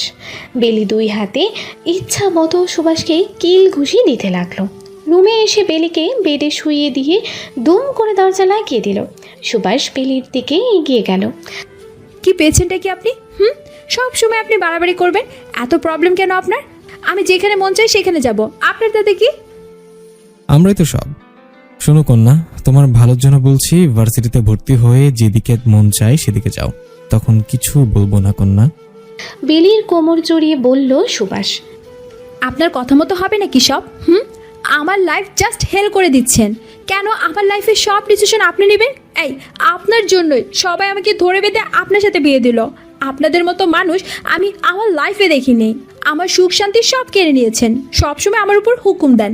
আপনি কি আমার লাইফে একটু শান্তিতে চলতে দিবেন না? একটু নিজের মন মতো চলতে দিবেন না? I just need a space and peace. I just. বেলিকে কিছু বলার সুযোগ না দিয়ে বেলির পাতলা গোলাপি ঠোঁটের ভাঁজে নিজের ঠোঁট গুছে দিল সুভাষ। এক হাতে বেলির কোমর উঁচু করে জড়িয়ে ধরল, অন্য হাতে বেলির গাল হয়ে গলার পিছে চুলের মাঝে ঢুকিয়ে দিল। বেলিকে চুপ করানোর জন্য হলেও এই প্রথম কোনো নারীর ঠোঁটের স্বাদ যেন পুরুষালী দেহে নতুন নতুন শিহরণ খেলে যাচ্ছে, যেন মরুভূমিতে এক পশলা বৃষ্টি। রন্ধ্রে রন্ধ্রে নতুন অনুভূতি ছেয়ে গেল। নারীর ছোঁয়ায় মন মাতাল হয়ে যাচ্ছে। প্রথমে ঠোঁটের ছোঁয়াগুলো নরম হলেও আস্তে আস্তে তীব্র থেকে তীব্রতর হতে লাগলো। বেলির আর সহ্য করতে না পেরে দু হাতে সুভাষের চুলগুলো খামছে ধরল। পুরুষালী ঠোঁটের তীব্র ছোঁয়া আর হাতের অবাধ্য স্পর্শ না নিতে পেরে বেলি ছুটোছুটি করতে লাগলো। বেশ কিছুক্ষণ পর সুভাষের হুঁশ ফিরে এলো, ছেড়ে দিল বেলিকে। বেলি হাঁপাতে লাগলো। নেক্সট টাইম বেশি কথা বললে কিন্তু এর চেয়ে খারাপ কিছু হয়ে যাবে। আর মাথায় এটা ভালোভাবে সেট করো যে তোমার সব কিছুতে যেহেতু আমার অধিকার, তাই তোমার ভালো মন্দ দেখার দায়িত্ব আমার। বাই দ্য ওয়ে, টেস্টটা কিন্তু মন্দ নয়। আপনার কি লাজ লজ্জা কিচ্ছু নাই নাকি? হ্যাঁ, লাজ লজ্জা থাকলে আর ভবিষ্যৎ প্রজন্মের মুখ দেখা লাগবে না। অসভ্য ব্যক্তি। এখনো কোনো অসভ্যতাম করিনি, সো অসভ্য বলা যাবে না কন্যা। তুমি চাইলে আমি একটু অসভ্যতামি করতে পারি, করব কি? আপনার সাথে কথা বলাই বেকার। তো কথা না বলে অন্য কিছু করো, ভালো লাগবে। বলেই বাঁকা হাসল সুভাষ। বেশ কিছুক্ষণ যাবত রিক্সার জন্য অপেক্ষা করছে সামিয়া। ভার্সিটির জন্য কোচিং করতে এসেছে। বেলিও আজ আসেনি। বাড়ি ফেরার পথে বেশ জোরে বৃষ্টি পড়া শুরু হয়। ভিজে পুরো একাকার অবস্থা। আর ছাতা নিয়েও বের হয়নি। একটু আগেও রোদের আলোয় সব কিছু চিকচিক করছিল।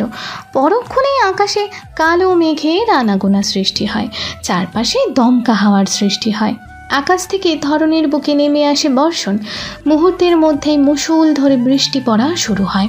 আর বৃষ্টি পড়লে তো একটা বড় সমস্যা, রিক্সা পাওয়া যায় না।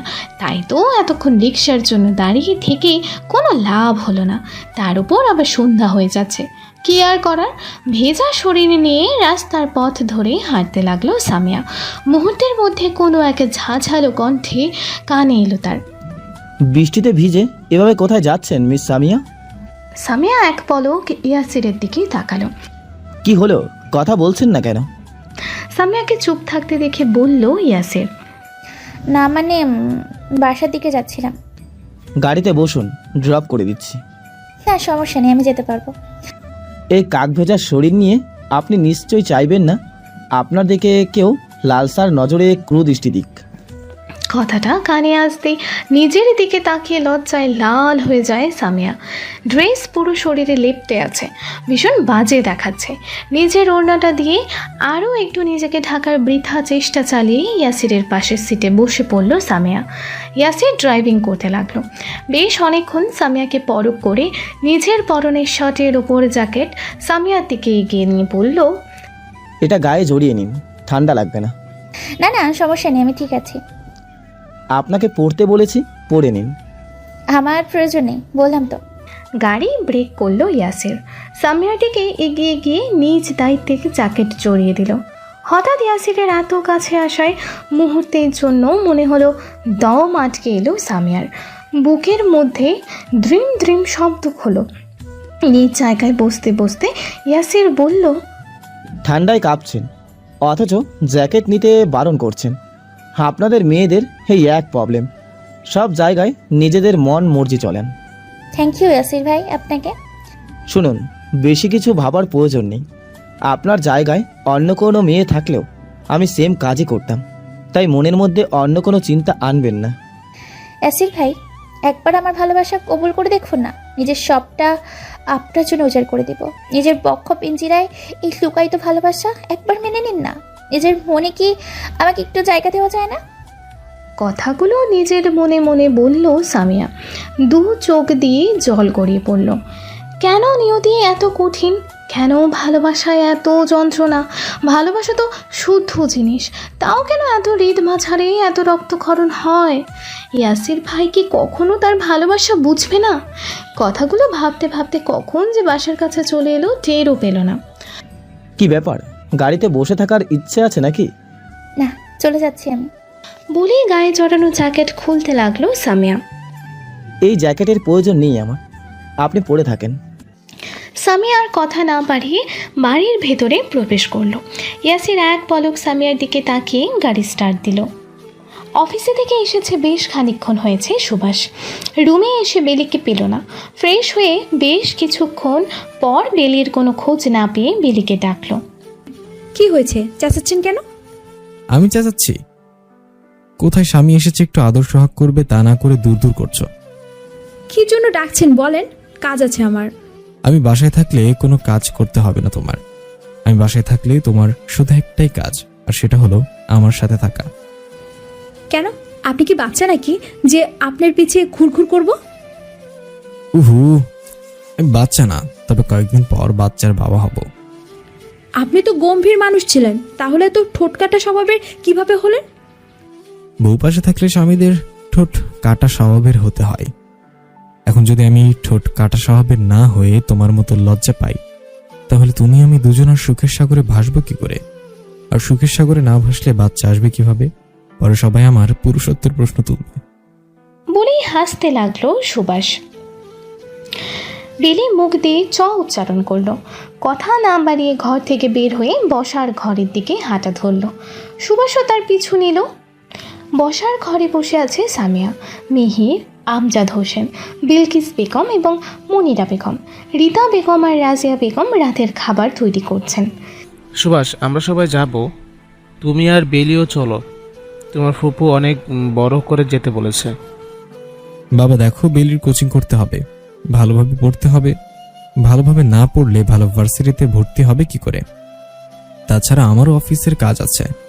তোমরা যে ঘুরে আসো, নেক্সট টাইম আমি বেলিকে নিয়ে যাবো নে। ভাইয়া, তোমরা চলো, এখন সবাই একসাথে গেলে ভালো লাগবে।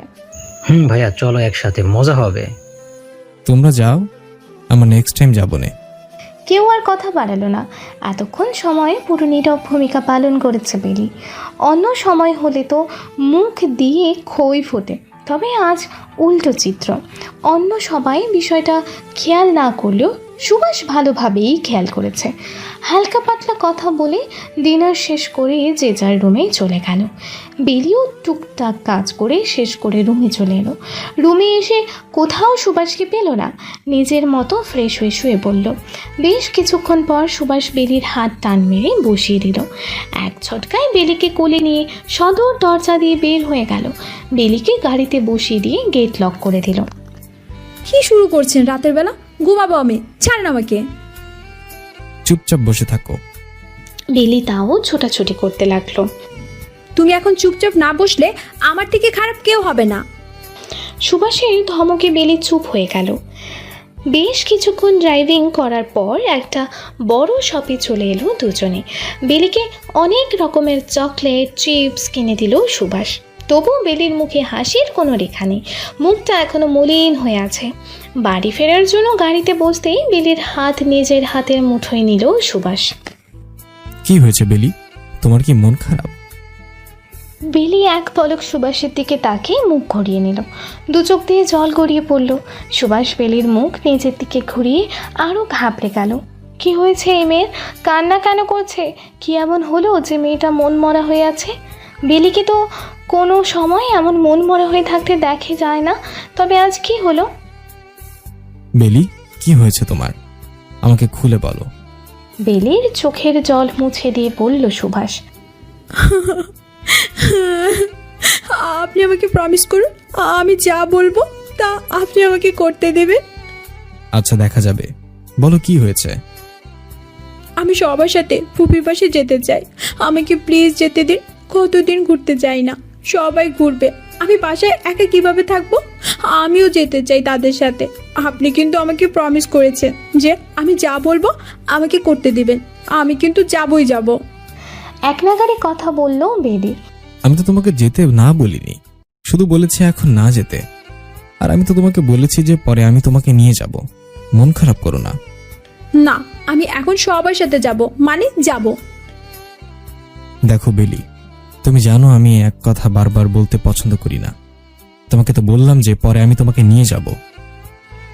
সুভাষের কথা শেষ না হতেই বেলি গাড়ির দরজা খুলে বাইরে বের হয়ে গেল। আপনি যতক্ষণ পর্যন্ত আমাকে যাওয়ার পারমিশন না দিচ্ছেন ততক্ষণ পর্যন্ত আমি গাড়িতে উঠবো না।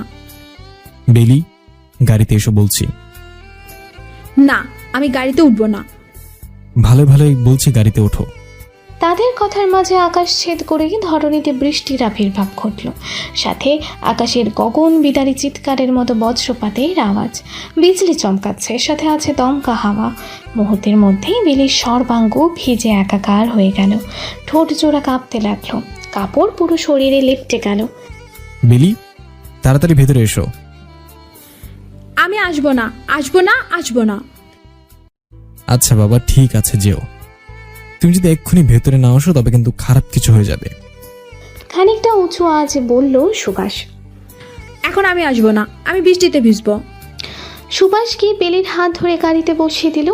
এক দৃষ্টিতে বেলির দিকে তাকিয়ে ড্রাইভিংয়ে মনোযোগ দিল। না, এই মেয়ের দিকে বেশিক্ষণ তাকানো যাবে না, নেশা হয়ে যাবে, ঘোরের মধ্যে ডুব দিয়ে ডুবে। কোনো মেয়েকে কি এইভাবে দেখলে চোখ ফেরানো যায়? তাও আবার মেয়েটা যদি হয় বিয়ে করা বউ।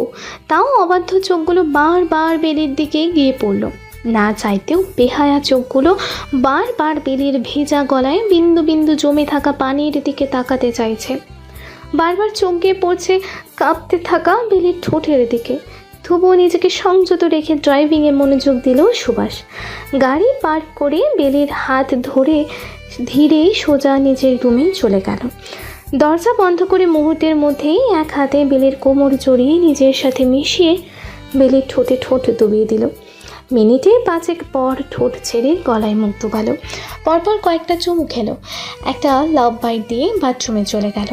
ঘটনাগুলো এত তাড়াতাড়ি হলো যে বেলির বুঝে উঠতে কয়েক সেকেন্ড সময় লাগলো। চোখে মুখে লজ্জার ছাপ ফুটে উঠল। নাক সহ দুপাশের গাল লাল হয়ে গেল। ইস, কি লজ্জা! তবে মনের মধ্যে নতুন অনুভূতি হচ্ছে। এই লোক যখনই কাছে আসে ঠিক সেই সময়ে অন্যরকম অনুভূতি কাজ করে। সর্বাঙ্গ জুড়ে শিরশির অনুভব হয়, বুকে দ্রিম দ্রিম শব্দ হয়, হাত পায়ে কাঁপন ধরে। বেলি নিজেও জানে না এই অনুভূতির নাম কি, বেলি জানতেও চায় না। ঘুম থেকে আজ একটু লেট করে উঠল বেলি। পুরো রুমে চোখ বুলিয়ে কোথাও সুভাষকে পেল না। লোকটা হয়তো অফিসে চলে গিয়েছে। কাল রাতে বৃষ্টিতে ভেজার ফলে শরীর কেমন যেন লাগছে, মাথাটা ভীষণ ব্যথা করছে। কেন যে বৃষ্টিতে ভিজতে গেল? দ্রুত ফ্রেশ হয়ে গিয়ে নিচে চলে আসলো বেলি। আগে একটু নাস্তা করা দরকার, তবেই ভালো লাগবে। রিদিতাপু, তুমি কখন এলে? বলেই রিদিতাকে জড়িয়ে ধরলো বেলি। তুই যখন ঘুমিয়ে এসেছিলি তখন এসেছি। বলেই হাসতে লাগলো রিদিতা। তুমি যে আসবে আগে বলনি কেন? এত প্রশ্ন না করি আগে নাস্তা করে নিই, পরে কথা হবে। তোমার বোনের দিক থেকে চোখ সরিয়ে একটু আমার দিকেও তাকিও শালি সাহেবা। বলেই হাসতে লাগলো শাইম। আরে আপনি আবার কখন এলেন দুলা ভাই? না আপু, তেমন কিছু না। তোমার ভাই একটা গম্ভীর মানুষ, সে আর ভালোবাসা। তোমার বোনের সাথে এসেছি। তুমি তো বোনকে পেয়ে আমার দিকে দেখোইনি। যাও আগে নাস্তা করে আসো, পরে সব কথা হবে। রিদিতার হাজবেন্ড শাইম পেশায় একজন শিক্ষক। ভালোবেসে বিয়ে হয়েছে রিদিতার। একটা মেয়ে আছে 5 বছরের, নাম চাঁদ। এতদিন পর বাবার বাসায় এসেছে, তাও আবার এক বিশেষ কারণে। কারণটা হচ্ছে সকলে একসাথে মিলে ফুপুর বাসায় যাবে। রিদিতা প্রথমে না যেতে চাইলেও শাইম একদম তৈরি ঘুরোঘুরি করার জন্য, তাই তো এখানে চলে এসেছে। সকলে একসাথে ঘুরতে যাবে। রাত বাজে 8টা। সামিয়ার রুমে বসে আড্ডা দিচ্ছে 3 বোন।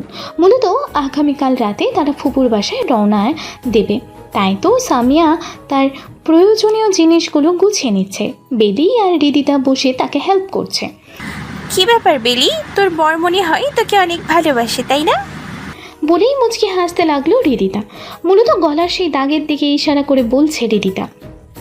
ওহো আপু, কি দেখালে কি তুমি আমাকে! ইস, আমি এতক্ষণ কেন দেখলাম না? অনেক আদর করে সুভাষ ভাইয়া তোকে, তাই না বেলি? এতদিন তো তাহলে ঠিক তোকে চুমো খেয়েছে পাই না, তাই না? ছোট চুমো খেতে কেমন লাগে বল না বেলি, স্বাদ কেমন? বলেই বেলিকে হালকা ধাক্কা দিয়ে হাসতে লাগলো সামিয়া। লজ্জায় কান দিয়ে গরম ধোঁয়া বের হচ্ছে বেলির। মনে হচ্ছে কোনো চোর চুরি করে ধরা খেয়ে গেল। লজ্জায় অস্বস্তিতে পুরো ফেস অন্যরকম হয়ে গেল। দেখে মনে হচ্ছে এক্ষুনি কেঁদে দিবে। আহা থাম তো সামিয়া, মেয়েকে আর লজ্জা দিস না। বলেই অট্ট হাসিতে ফেটে পড়ল সামিয়া আর রিদিতাও। থাকো তোমরা, আমি যাই। আরে বাবা কোথায় যাচ্ছিস? আচ্ছা সরি, আর তোকে লজ্জা দিব না। আমরাই তো লজ্জা দিব, আর লজ্জা দিলেই বা কি? লজ্জা ভাঙার জন্য অনেকজন না আছে, তাই না বেলি আপু? সামিয়ার কথা শুনে রিদিতা হেসে দিল। আমি কিন্তু এখন সত্যি সত্যি চলে যাব। আচ্ছা আচ্ছা, আর লজ্জা দিব না। প্রতিবার বলছো লজ্জা দিবে না, তাও লজ্জা দিয়েই যাচ্ছ, এটা ঠিক না। আচ্ছা বাবা ঠিক আছে, আর লজ্জা দিব না। রাত বাজে 10টা। খাবারের পর্ব শেষে যে যার রুমে চলে গেল। রুমে বসে ল্যাপটপে কাজ করছে সুভাষ। বেলি তো খুশিতে আত্মহারা। খুশি হবে না কেন? অবশেষে ফুপুর বাড়ি তারও যাওয়া হচ্ছে। রাতে ডিনার করার সময় সুভাষ বলে উঠল, আমি আর বেলিও আপনাদের সাথে যাব, তবে আমরা 2 দিন থেকেই চলে আসব। অনেক কষ্ট করার পর অফিস থেকে ছুটি নিয়েছি, বেশি দিন অফ দেওয়া ঠিক হবে না। এই কথা শোনার পর বেলির মন তো খুশিতে লাফাচ্ছে। ইস, খিচে মজা হবে না? কতদিন পর ফ্যামিলি গেট টুগেদার হচ্ছে। নিজের জামাগুলো গুছিয়ে সুভাষের সামনে দিয়ে বলে উঠল বেলি, থ্যাংক ইউ। কিসের জন্য? এই যে আপনি যাওয়ার জন্য পারমিশন দিয়েছেন জন্য। আর কথা বাড়ালো না বেলি। এই লোকের আবার কি হলো? এমনি সময় তো কত কথা বলে, আজ এমন চুপচাপ হয়ে আছে কেন? আজ লোকটাকে একটু বেশি গম্ভীর মনে হচ্ছে। শরীর ভালো না নাকি মন ভালো না? বেশি কথা বা ভেবে বেডে শুয়ে পড়ল বেলি।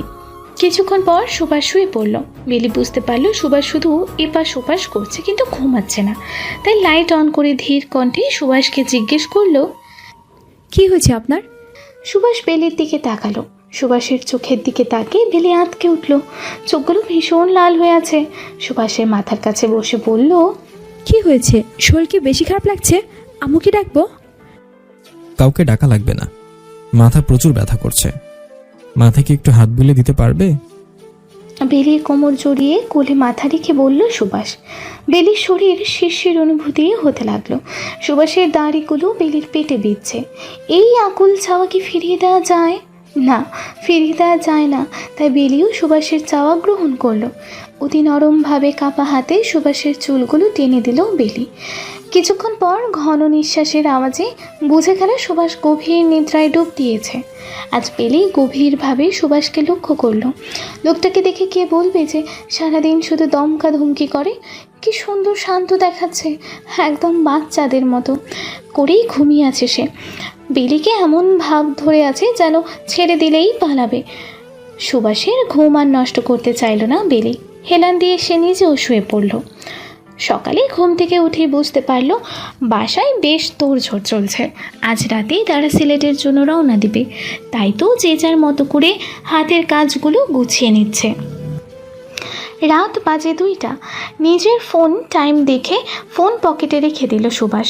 সুভাষের জার্নি করার অভ্যেস থাকলেও বেলি একদম বেশিক্ষণ জার্নি করতে পারে না, তাই তো কয়েকবার বমি করিয়ে অবস্থা খারাপ করে এখন সুভাষের কাঁধে মাথা রেখে ঘুমাচ্ছে।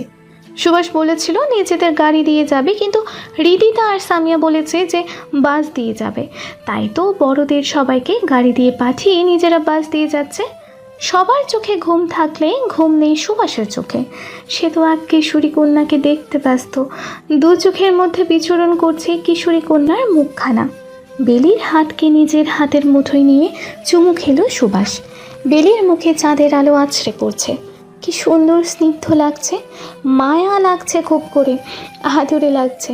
মনে হচ্ছে কোনো ঘুমন্ত ফুলকে দেখছে সুভাষ। অবশ্য এই ঘুমন্ত ফুল হলো তার ফুল, তার নিজস্ব বেলি ফুল। মিশে যাব তোমার রন্ধে রন্ধে, থাকবো আজীবন পাশে, দিলাম আমি এই আশ্বাস।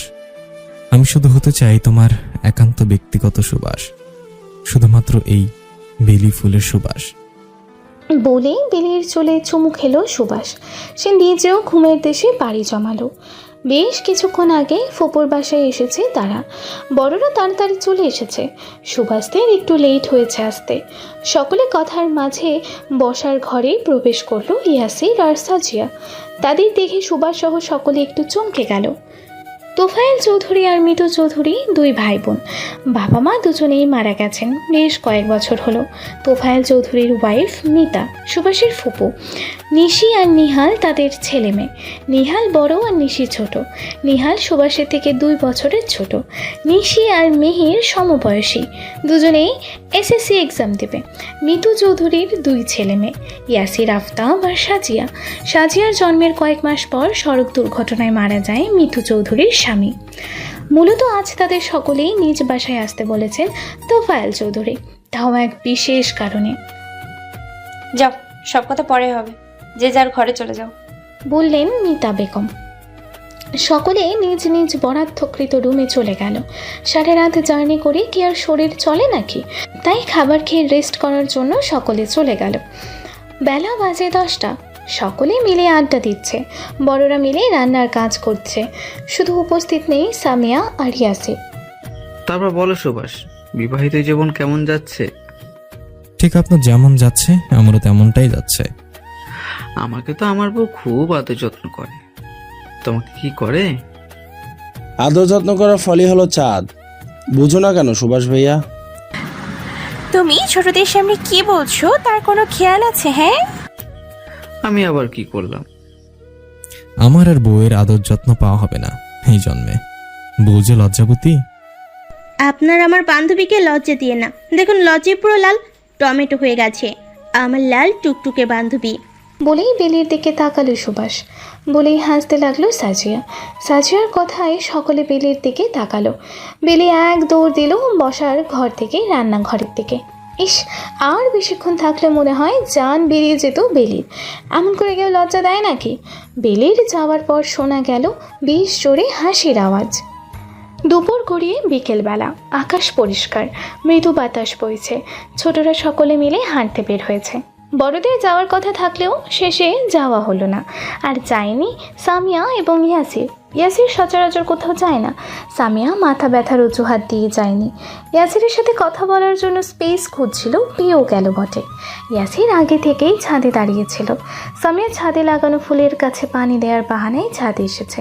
যদি কোনোভাবে ইয়াসিরকে তার ভালোবাসা বোঝানো যায়, চেষ্টা করতে সমস্যা কোথায়? সে তো আর প্রেম করতে চাইছে না। একবার শুধু মানুষটা বলুক, ডিরেক্ট বিয়ে করে নিবে। ছাদের এক কোনায় ইয়াসির দাঁড়িয়েছিল। ইয়াসিরের কাছে গিয়ে বলল সামিয়া, ইয়াসির ভাই, ভালোবাসা এত যন্ত্রণা কেন?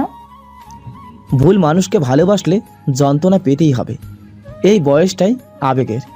এইসব মাথা থেকে ঝেড়ে ফেলুন। এত সহজে কি ভালোবাসা ভুলে থাকা যায়? মানুষ সৃষ্টির সেরা জীব। আপনি চেষ্টা করে দেখুন, আপনিও পারবেন। আমাকে আগলে নিলে কি খুব বেশি ক্ষতি হতো আপনার? আমি শুধু আপনার পাশে থাকতে চাই ইয়াসির ভাই। আপনি আমার পাশে থাকলে শুধু ক্ষতি নয়, ভয়ঙ্কর কিছু হয়ে যাবে। চাইলেই সবাইকে পাশে পাওয়া যায় না, নিয়তিও মেনে নিতে হয়। আপনি আমার ভালোবাসা কবুল করলে আমাদের নিয়তি অন্যরকম হবে। একটা বার আমাকে ভালোবেসে নিজের করে দেখুন না। কেন আপনার প্রতি এত টান অনুভব হয় বলুন না। শুনুন, মেয়ে চাইলেই কিছু কিছু কাজ করা আমাদের দ্বারা সম্ভব নয়। চুম্বক এবং লোহা একসাথে থাকলে চুম্বক লোহাকে নিজের দিকে আকর্ষণ কাজ করাবেই, নিজের প্রতি টানবেই। তাই লোহার উচিত চুম্বকের থেকে দূরে থাকা, তেমনি আপনারও উচিত আমার থেকে দূরে থাকা। আপনি বড্ড নিষ্ঠুর ব্যক্তি, বড্ড নিষ্ঠুরই আসে ভাই। বেশ অনেকক্ষণ হাঁটার পর তারা হাঁটতে হাঁটতে নদীর ঘাটে চলে এলো। সকলে মিলে নৌকায় উঠবে বলে ঠিক করে। বেশ বড় একটা নৌকা ভাড়া করে নদী ঘুরলো তারা। নৌকা থেকে নেমেই চোখে পড়লো হাওয়াই মিঠাই। অনেক পছন্দ এটা বেলির, তাই তো চোখে পড়ার সাথে সাথেই খাওয়ার জন্য বায়না ধরলো বেলি। সকলে মিলে হাওয়াই মিঠাই সহ ফুচকা আরও কিছু খাবার খেয়ে বাসায় ফিরল। সামিয়া, তুই এভাবে একা একা বসে আছিস কেন? বেশি মাথা ব্যথা করছে? সামিয়া চোখ তুলে তাকালো তাদের দিকে। চোখ দুটো লাল হয়ে আছে, বোঝাই যাচ্ছে যে অনেকক্ষণ যাবৎ কান্না করার ফলে এমন হয়েছে। কান্না করছিস কেন তুই? এক নাগারে বলে উঠল বেলি আর সাজিয়া। ইয়াসির ভাই কি আমার ভালোবাসা কখনো কবুল করবে না? তুই মন খারাপ করিস না, সব ঠিক হবে। তোরা আর আমাকে আশা দিস না, আমি আর তোদের মিথ্যা আশা নিতে পারবো না। তুই আগে কান্না বন্ধ কর, মুড ঠিক কর। আমি ইয়াসির ভাইয়ের সাথে কথা বলে দেখব। তুই যা, ফ্রেশ হয়ে আয়। তোকে এই অবস্থায় কেউ দেখলে হাজারটা প্রশ্ন ছুড়বে। বসার ঘরে খাওয়ার পর্ব শেষ করে সকলে বসে আছে, শুধু উপস্থিত নেই সামিয়া। মাথা ব্যথার কথা বলে আগে রুমে চলে গিয়েছে। রাজিয়া বেগম বেলিকে বললেন সামিয়াকে ডাকতে। চাচি, সামিয়ার তো মাথা ব্যথা। কিছু হইব না, তুই সামিয়াকে ডেকে নিয়ে আয়, বললেন বিলকিস বেগম। বেলি সামিয়াকে ডাকতে চলে গেল। চিন্তা করতে লাগলো কি এমন হয়েছে যে সামিয়াকে এখনই ডেকে পাঠালো। সামিয়া যখন ক্লাস 10-এ পড়ে তখন মিতা বেগম তার ছেলে নিহালের জন্য সামিয়ার হাত চেয়েছেন। সামিয়াকে ছোটবেলা থেকেই খুব ভালোবাসেন, বলতে গেলে তিনি আগে থেকে ভেবে রেখেছিলেন যে সামিয়াকে নিজের ছেলের জন্য চাইবেন। তাই তো বড়রা সকলে মিলে দুজনের বিয়ে ঠিক করে রাখেন। এই যে সামিয়ার HSC এক্সামের পরে বিয়ে হবে। বোনের কাছে মেয়ে দেবেন বলে মোর্শেদ হোসেন ও আপত্তি করেননি। তবে রাজিয়া বেগম প্রথমে দ্বিমত পোষণ করেছিলেন যে আত্মীয়র মধ্যে এই রকম সম্পর্ক তার কাছে ভালো লাগে না। তাছাড়া তিনি মেয়েকে নিজের পায়ে দাঁড় করানোর পর বিয়ে দিতে চান। তিনি মনে করেন আত্মীয়র মধ্যে সম্পর্ক না করলেই ভালো। তবে সকলের বোঝানোর পর তিনি এই বিয়েতে রাজি হন। মোর্শেদ হোসেন স্ত্রীকে বোঝান মেয়ে ফুপুর কাছে থাকবে। এটা তো ভালো কথা, নিশ্চিন্তে থাকতে পারবেন তারা। মেয়ে শান্তিতে থাকবে, আর ভালো ছেলের কাছে কেই না বা চাইবে মেয়ে দিতে। অবশেষে রাজিয়া বেগম রাজি হন। সব কিছু ঠিক থাকলেও তারা বাচ্চাদের মতামত নিতে চাইলেন, তাই তো সামিয়াকে ডেকে পাঠালেন। সামিয়া, তুমি কি এই বিয়েতে রাজি? সামিয়াকে জিজ্ঞেস করলেন রাজিয়া বেগম। সামিয়া এক পলক ইয়াসিরের দিকে তাকালো। না, লোকটার কোনো ভাবান্তর নেই। সামিয়া চুপ থাকলো। একে তো নিজের ভালোবাসার মানুষকে কাছে পেল না, তার উপর আবার বিয়ে। প্রতিটা মেয়ের জন্য খুব কষ্টের মুহূর্ত এটা। নিজ বাড়ি ছেড়ে অন্য বাড়িতে যেতে হবে, আপন মানুষগুলোকে ছেড়ে আসতে হবে। তাই তো সামিয়ার চুপ থাকাকে সকলে সম্মতি ভেবে নিল। সামিয়া এক দৌড়ে রুমে চলে গেল। সকলে ভাবলো হয়তো লজ্জা পেয়েছে, অথচ কেউ তার বুকের ভেতর রক্তক্ষরণ দেখতে পেল না। বুকের ভেতর চলতে থাকা ঘূর্ণিঝড় কেউ টের পেল না। মন ভাঙার আওয়াজ কেউ পেল না। বুকের ভেতর যে তাণ্ডব চলছে তা কেউ লক্ষ্যই করল না। নিহালকে জিজ্ঞেস করা হলে সেও কিছু না বলে জায়গা ছেড়ে চলে যায়। দুই পরিবার বেশ খুশি। অবশেষে ছেলে মেয়েদের হাত এক করে বিয়েটা হবে। রাত গভীর, ঝিঝি পোকার আওয়াজ শোনা যাচ্ছে। নিস্তব্ধ রাত, মৃদু বাতাস বইছে। সকলে নিদ্রায় ডুব দিলেও ডুব দিতে পারে নাই এক কন্যা। সামিয়া নিজেকে অনেকক্ষণ যাবত আটকে রেখেছে। বেলি আর সাজিয়া তাকে অনেক বুঝিয়েছে, বলেছে যে লাস্ট বারের মতো তারা ইয়াসিরের সাথে কথা বলবে। এইবার ইয়াসির না বললে তাকে নিহালের সাথে বিয়ে বসতেই হবে। আচ্ছা, ভালোবাসার মানুষকে ভুলে অন্য কাউকে গ্রহণ করা কি খুব সহজ? যারা ভালোবাসার মানুষকে ভুলে যায় তাদের কি বুক কাঁপে না, মস্তিষ্ক অচল হয়ে পড়ে না, হাত পা অবশ হয়ে যায় না, বুকের মাঝে রক্তক্ষরণ হয় না, পাগল পাগল লাগে না, নিজেকে শূন্য লাগে না? প্রিয় মানুষের কথা ভেবে কি চোখ দিয়ে জল গড়িয়ে পড়ে না? একটা বার কি প্রিয় মানুষের কথা মনে পড়ে না? পৃথিবীতে সবচেয়ে কঠিন কাজগুলোর মধ্যে একটি হলো ভালোবাসার মানুষকে ভুলে থাকা। এই কঠিন কাজ আর 10টা মানুষ করলেও সামিয়া করতে পারবে না, আর করতেও চায় না। যে করেই হোক আজ এই লোকের সাথে একটা বিহিত করতেই হবে। সামিয়া ইয়াসিরের রুমে প্রবেশ করে চোখ বুলালো পুরো রুমে। কোথাও ইয়াসির নেই। বারান্দা থেকে সিগারেটের গন্ধ আসছে। সামিয়া বারান্দায় যেয়ে দেখলো ইয়াসির আকাশের দিকে তাকিয়ে সিগারেট খাচ্ছে। সামিয়া দেরি না করে এক ঝটকায় পেছন থেকে ইয়াসিরকে জড়িয়ে ধরলো। ইয়াসিরের পিঠে মাথা রেখে 2 চোখের অশ্রু বিসর্জন দিল। ঘটনা বুঝতে পেরে ইয়াসির সামিয়াকে এক ঝটকায় নিজের থেকে সরিয়ে নিল। এত রাতে আমার রুমে কেন এসেছেন? আপনার কি আমার জন্য একটু মায়া হয় না? আমি আপনার কাছে 2 হাত জোর করে বলছি, আমার ভালোবাসা মেনে নিন। আমি আপনাকে ছাড়া বাঁচতে পারবো না। ভালো ঘরের মেয়েরা রাতের বেলায় অন্য কোনো পুরুষের ঘরে যায় না। আপনি কেন এসেছেন? চলে যান বলছি। ঝাঁঝালো কণ্ঠে বলে উঠল ইয়াসির। আমি যাব না, আপনি প্লিজ এমন করবেন না। আমাকে ফিরিয়ে দিন না, আমি মরে যাব। আমাকে নিজের করে নিন না। বলেই সামিয়া আবারও ইয়াসিরকে জড়িয়ে ধরল। বেশ শক্ত করে জড়িয়ে ধরল, যেন ছেড়ে দিলেই পালিয়ে যাবে ইয়াসির। আপনি এত রাতে আমার ঘরে এসেছেন, এই কথা কেউ জানতে পারলে কি কেলেঙ্কারি হয়ে যাবে, আপনার চরিত্রে দাগ লাগবে। নিজেকে সামিয়ার থেকে ছাড়িয়ে সামিয়াকে দেয়ালের সাথে চেপে ধরে বলল ইয়াসির। দাগ লাগুক, আমার সর্বাঙ্গে জুড়ে ছেয়ে যাক, শহর জুড়ে আমার নামে দুশ্চরিত্রার কালি, তবুও আমার আপনাকে চাই। আপনি কেন বোঝেন না? আমি আপনাকে ভালোবাসি না। আপনি কেন আমার পেছনে পড়ে আছেন?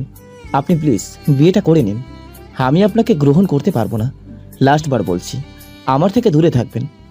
ফাদার আমার পেছনে পড়ে থাকলে কিন্তু অনেক খারাপ হয়ে যাবে। আর শুনে রাখুন, আমার জীবনে অন্য কেউ আছে। Is that clear? বেশ জোরে চেঁচিয়ে বলল ইয়াসির। সামিয়া কেঁপে উঠল। প্রিয় মানুষের মুখে অন্যজনের কথা শোনা কি খুব সহজ? না, মেনে নিতে কষ্ট হচ্ছে সামিয়ার যে ইয়াসিরের জীবন অন্য কেউ আছে। অশ্রুসিক্ত নয়নে ইয়াসিরের দিকে তাকালো, নিঃশব্দে রুম থেকে বের হয়ে গেল।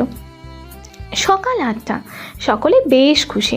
সকলে মিলে ঘুরতে যাচ্ছি সাদা পাথর, সিলেটের সবচেয়ে সুন্দর ভিজিটিং স্পটগুলোর মধ্যে একটি। বেলি তো আসার আগে অনেক খুশি ছিল, কত মজা করবে ভেবেছিল, কিন্তু কী থেকে কি হয়ে গেল। তার সবচেয়ে কাছের মানুষের মন ভালো নেই, সেখানে তার মন কিভাবে ভালো হয়? সকালবেলা সে আর সাজিয়া গিয়েছিল ইয়াসিরের কাছে। ইয়াসির সাফ তাদের কথা শুনতে বারণ করে দিয়েছে। সকাল সকাল ঢাকায় ব্যাক করেছে ইয়াসির, বলেছে কি এক ইম্পর্টেন্ট কাজ চলে এসেছে। কি আর করার, সামিয়াকে বুঝিয়ে রেডি হয়ে নিয়েছে। এখন মন মরা হয়ে থাকলে হাজারো প্রশ্নের সম্মুখীন হতে হবে, তাই তো সুন্দর করে রেডি হয়ে নিল। সকলে একসঙ্গে বেরিয়ে গেল গন্তব্যের উদ্দেশ্যে। সকলে সাদা পাথরে পৌঁছে গেল। এতক্ষণ মাইক্রো দিয়ে আসলেও মেইন লোকেশনে যেতে একটি ট্রলার ভাড়া করতে হবে, তাই ট্রলার ভাড়া করে নিল। 15 থেকে 20 মিনিট পর তারা সাদা পাথরে চলে এলো। কি সুন্দর দৃশ্য, যেই কারো চোখ জুড়িয়ে যাবে। একদম সরাসরি ইন্ডিয়ান পাহাড়গুলো দেখা যাচ্ছে, সেই সাথে বড় বড় ঝর্ণা। কি সুন্দর করে পৃথিবী সৃষ্টি করছেন আল্লাহ, তাই না? মানুষ মুগ্ধ হতেই বাধ্য। যে কারো চোখ এই অপরূপ দৃশ্য দেখে পুলকিত হবার কথায়, তাও যদি প্রথমবার এমন দৃশ্য দেখা যায়। বেলির মনও ভালো হয়ে গেল। সুভাষের হাত ধরে পানির ওপর পাথরে বসে পড়ল। শুধু পাথর আর পাথর দেখা যাচ্ছে। বড়রা কেউ পানিতে নামবে না, তাই ট্রলারে বসে রইল। ছোটরা মিলে পানিতে নামলো, বেশ কিছু ছবি তুলে নিল। সেখানে একটা মার্কেটও বসে, সেই মার্কেট থেকে বিভিন্ন জিনিস কিনলো বিলি, সাথে রিদিতাও কেনাকাটা করলো। সাজিয়াও তার পছন্দ মতো কিছু জিনিস কিনে নিল। শুধু কিছু কিনে নাই সামিয়া। মন ভালো না থাকলে কি কিছু ভালো লাগে নাকি? তার কাছেও সব কিছু বিষাক্ত লাগছে। অবশেষে ঘোরাঘুরি করার পর বাসায় ফিরল তারা। যে যার মতো রেস্ট করে বাসার ঘরে বসে গেল। আজকে দিনটা কিন্তু বেশ ভালোই কাটলো, খুব মজা করেছি আজ। সাজিয়া আপুর সাথে মাইক্রোতে বমিও করেছে। এই দেখো, তোমার একটা সুন্দর ছবিও তুলেছি আমি। বলেই নিশি সাজিয়াকে ছবিটা দেখালো। ছবিতে স্পষ্ট দেখা যাচ্ছে সাজিয়া বমি করছে। হাতের বমির ফলে চোখ মুখ কেমন বাজে দেখাচ্ছে, নাক দিয়ে পানি বের হচ্ছে, সাথে বেলুনের মতো ফুলে আছে। কি এক বিচ্ছিরি অবস্থা। এই ছবি ডিলিট কর বেয়াদব। রিদিতা আপু ওকে ছবি ডিলিট করতে বলো। আমি এই ছবি তোমার হবু জামাইরে দেখাবো। ডিলিট দে তাড়াতাড়ি, পরে ওর হবু জামাই দেখলে মান সম্মান থাকবে না ওর। রিদিতার কথা শুনে হাসতে লাগলো সবাই। হাসির মাঝে এক অন্যরকম আওয়াজ হলো। আওয়াজটা আর কিছু না, কে যেন পাদ দিয়েছে। পাদের শব্দ এসেছে মিহিরের দিক থেকে। আবারও এক দফা হাসির আওয়াজ শোনা গেল। তুমি কি পাত দিয়েছো নাকি মিহির? অতিরিক্ত হাসির ফলে পেটের গ্যাসগুলো হাওয়ায় রূপান্তরিত হয়ে বেরিয়ে এসেছে। কি দুর্গন্ধ, ছি। এখানে সি করার কি আছে? তোমার বুঝি পাদ আসে না? থাক, এই টপিক বাদ দাও। এখন বলো, কাল কোথায় যাচ্ছি আমরা? এখন দেখেছো তোমরা কিভাবে কথা ঘোরাচ্ছে মিহির? কাল যেদিক মন চায় যেও, আমি আর বেলি ঢাকায় ব্যাক করব। সুভাষের কথা শুনে সবার মুখ বাংলার পাঁচের মতো হয়ে গেল। বেলির মুখ কালো হয়ে গেল। সবে মাত্র এলো, এক্ষুনি আবার যাওয়ার কথা। কেউ কোথাও যাবে না, তোমরা আরো 2 দিন থাকবে, তারপরে যাবে। মিতা বেগম বললে উঠলেন। আমার ইম্পর্টেন্ট কাজ আছে ফুপু, মাত্র 2 দিনের ছুটি নিয়ে এসেছি। কিছু হবে না, আমি ইয়াসিরের সাথে কথা বলে নিয়েছি, সে সব কিছু হ্যান্ডেল করে নেবে বলেছে। আর কোনো কথা নয়। ফুপু, 2 দিন থাকা হবে না, আর আমার কাজ তো আমাকে হ্যান্ডেল করতে হবে, তাই না? আবার বেলির কোচিং মিস যাচ্ছে, থাকলে হয়তো কাল পরশু চলে যাব। মিতা বেগম আর কথা বললেন না। এই ছেলে একদিন থাকতে চেয়েছে, এটাই বেশি। বেশি জোরে করা ঠিক হবে না। বেলিও হাসলো খানিকটা। একদিন বেশি থাকতে পারবে, না হলে তো কালকেই ঢাকা ব্যাক করতে হতো। রাতে বেডে শুয়ে আছে বেলি।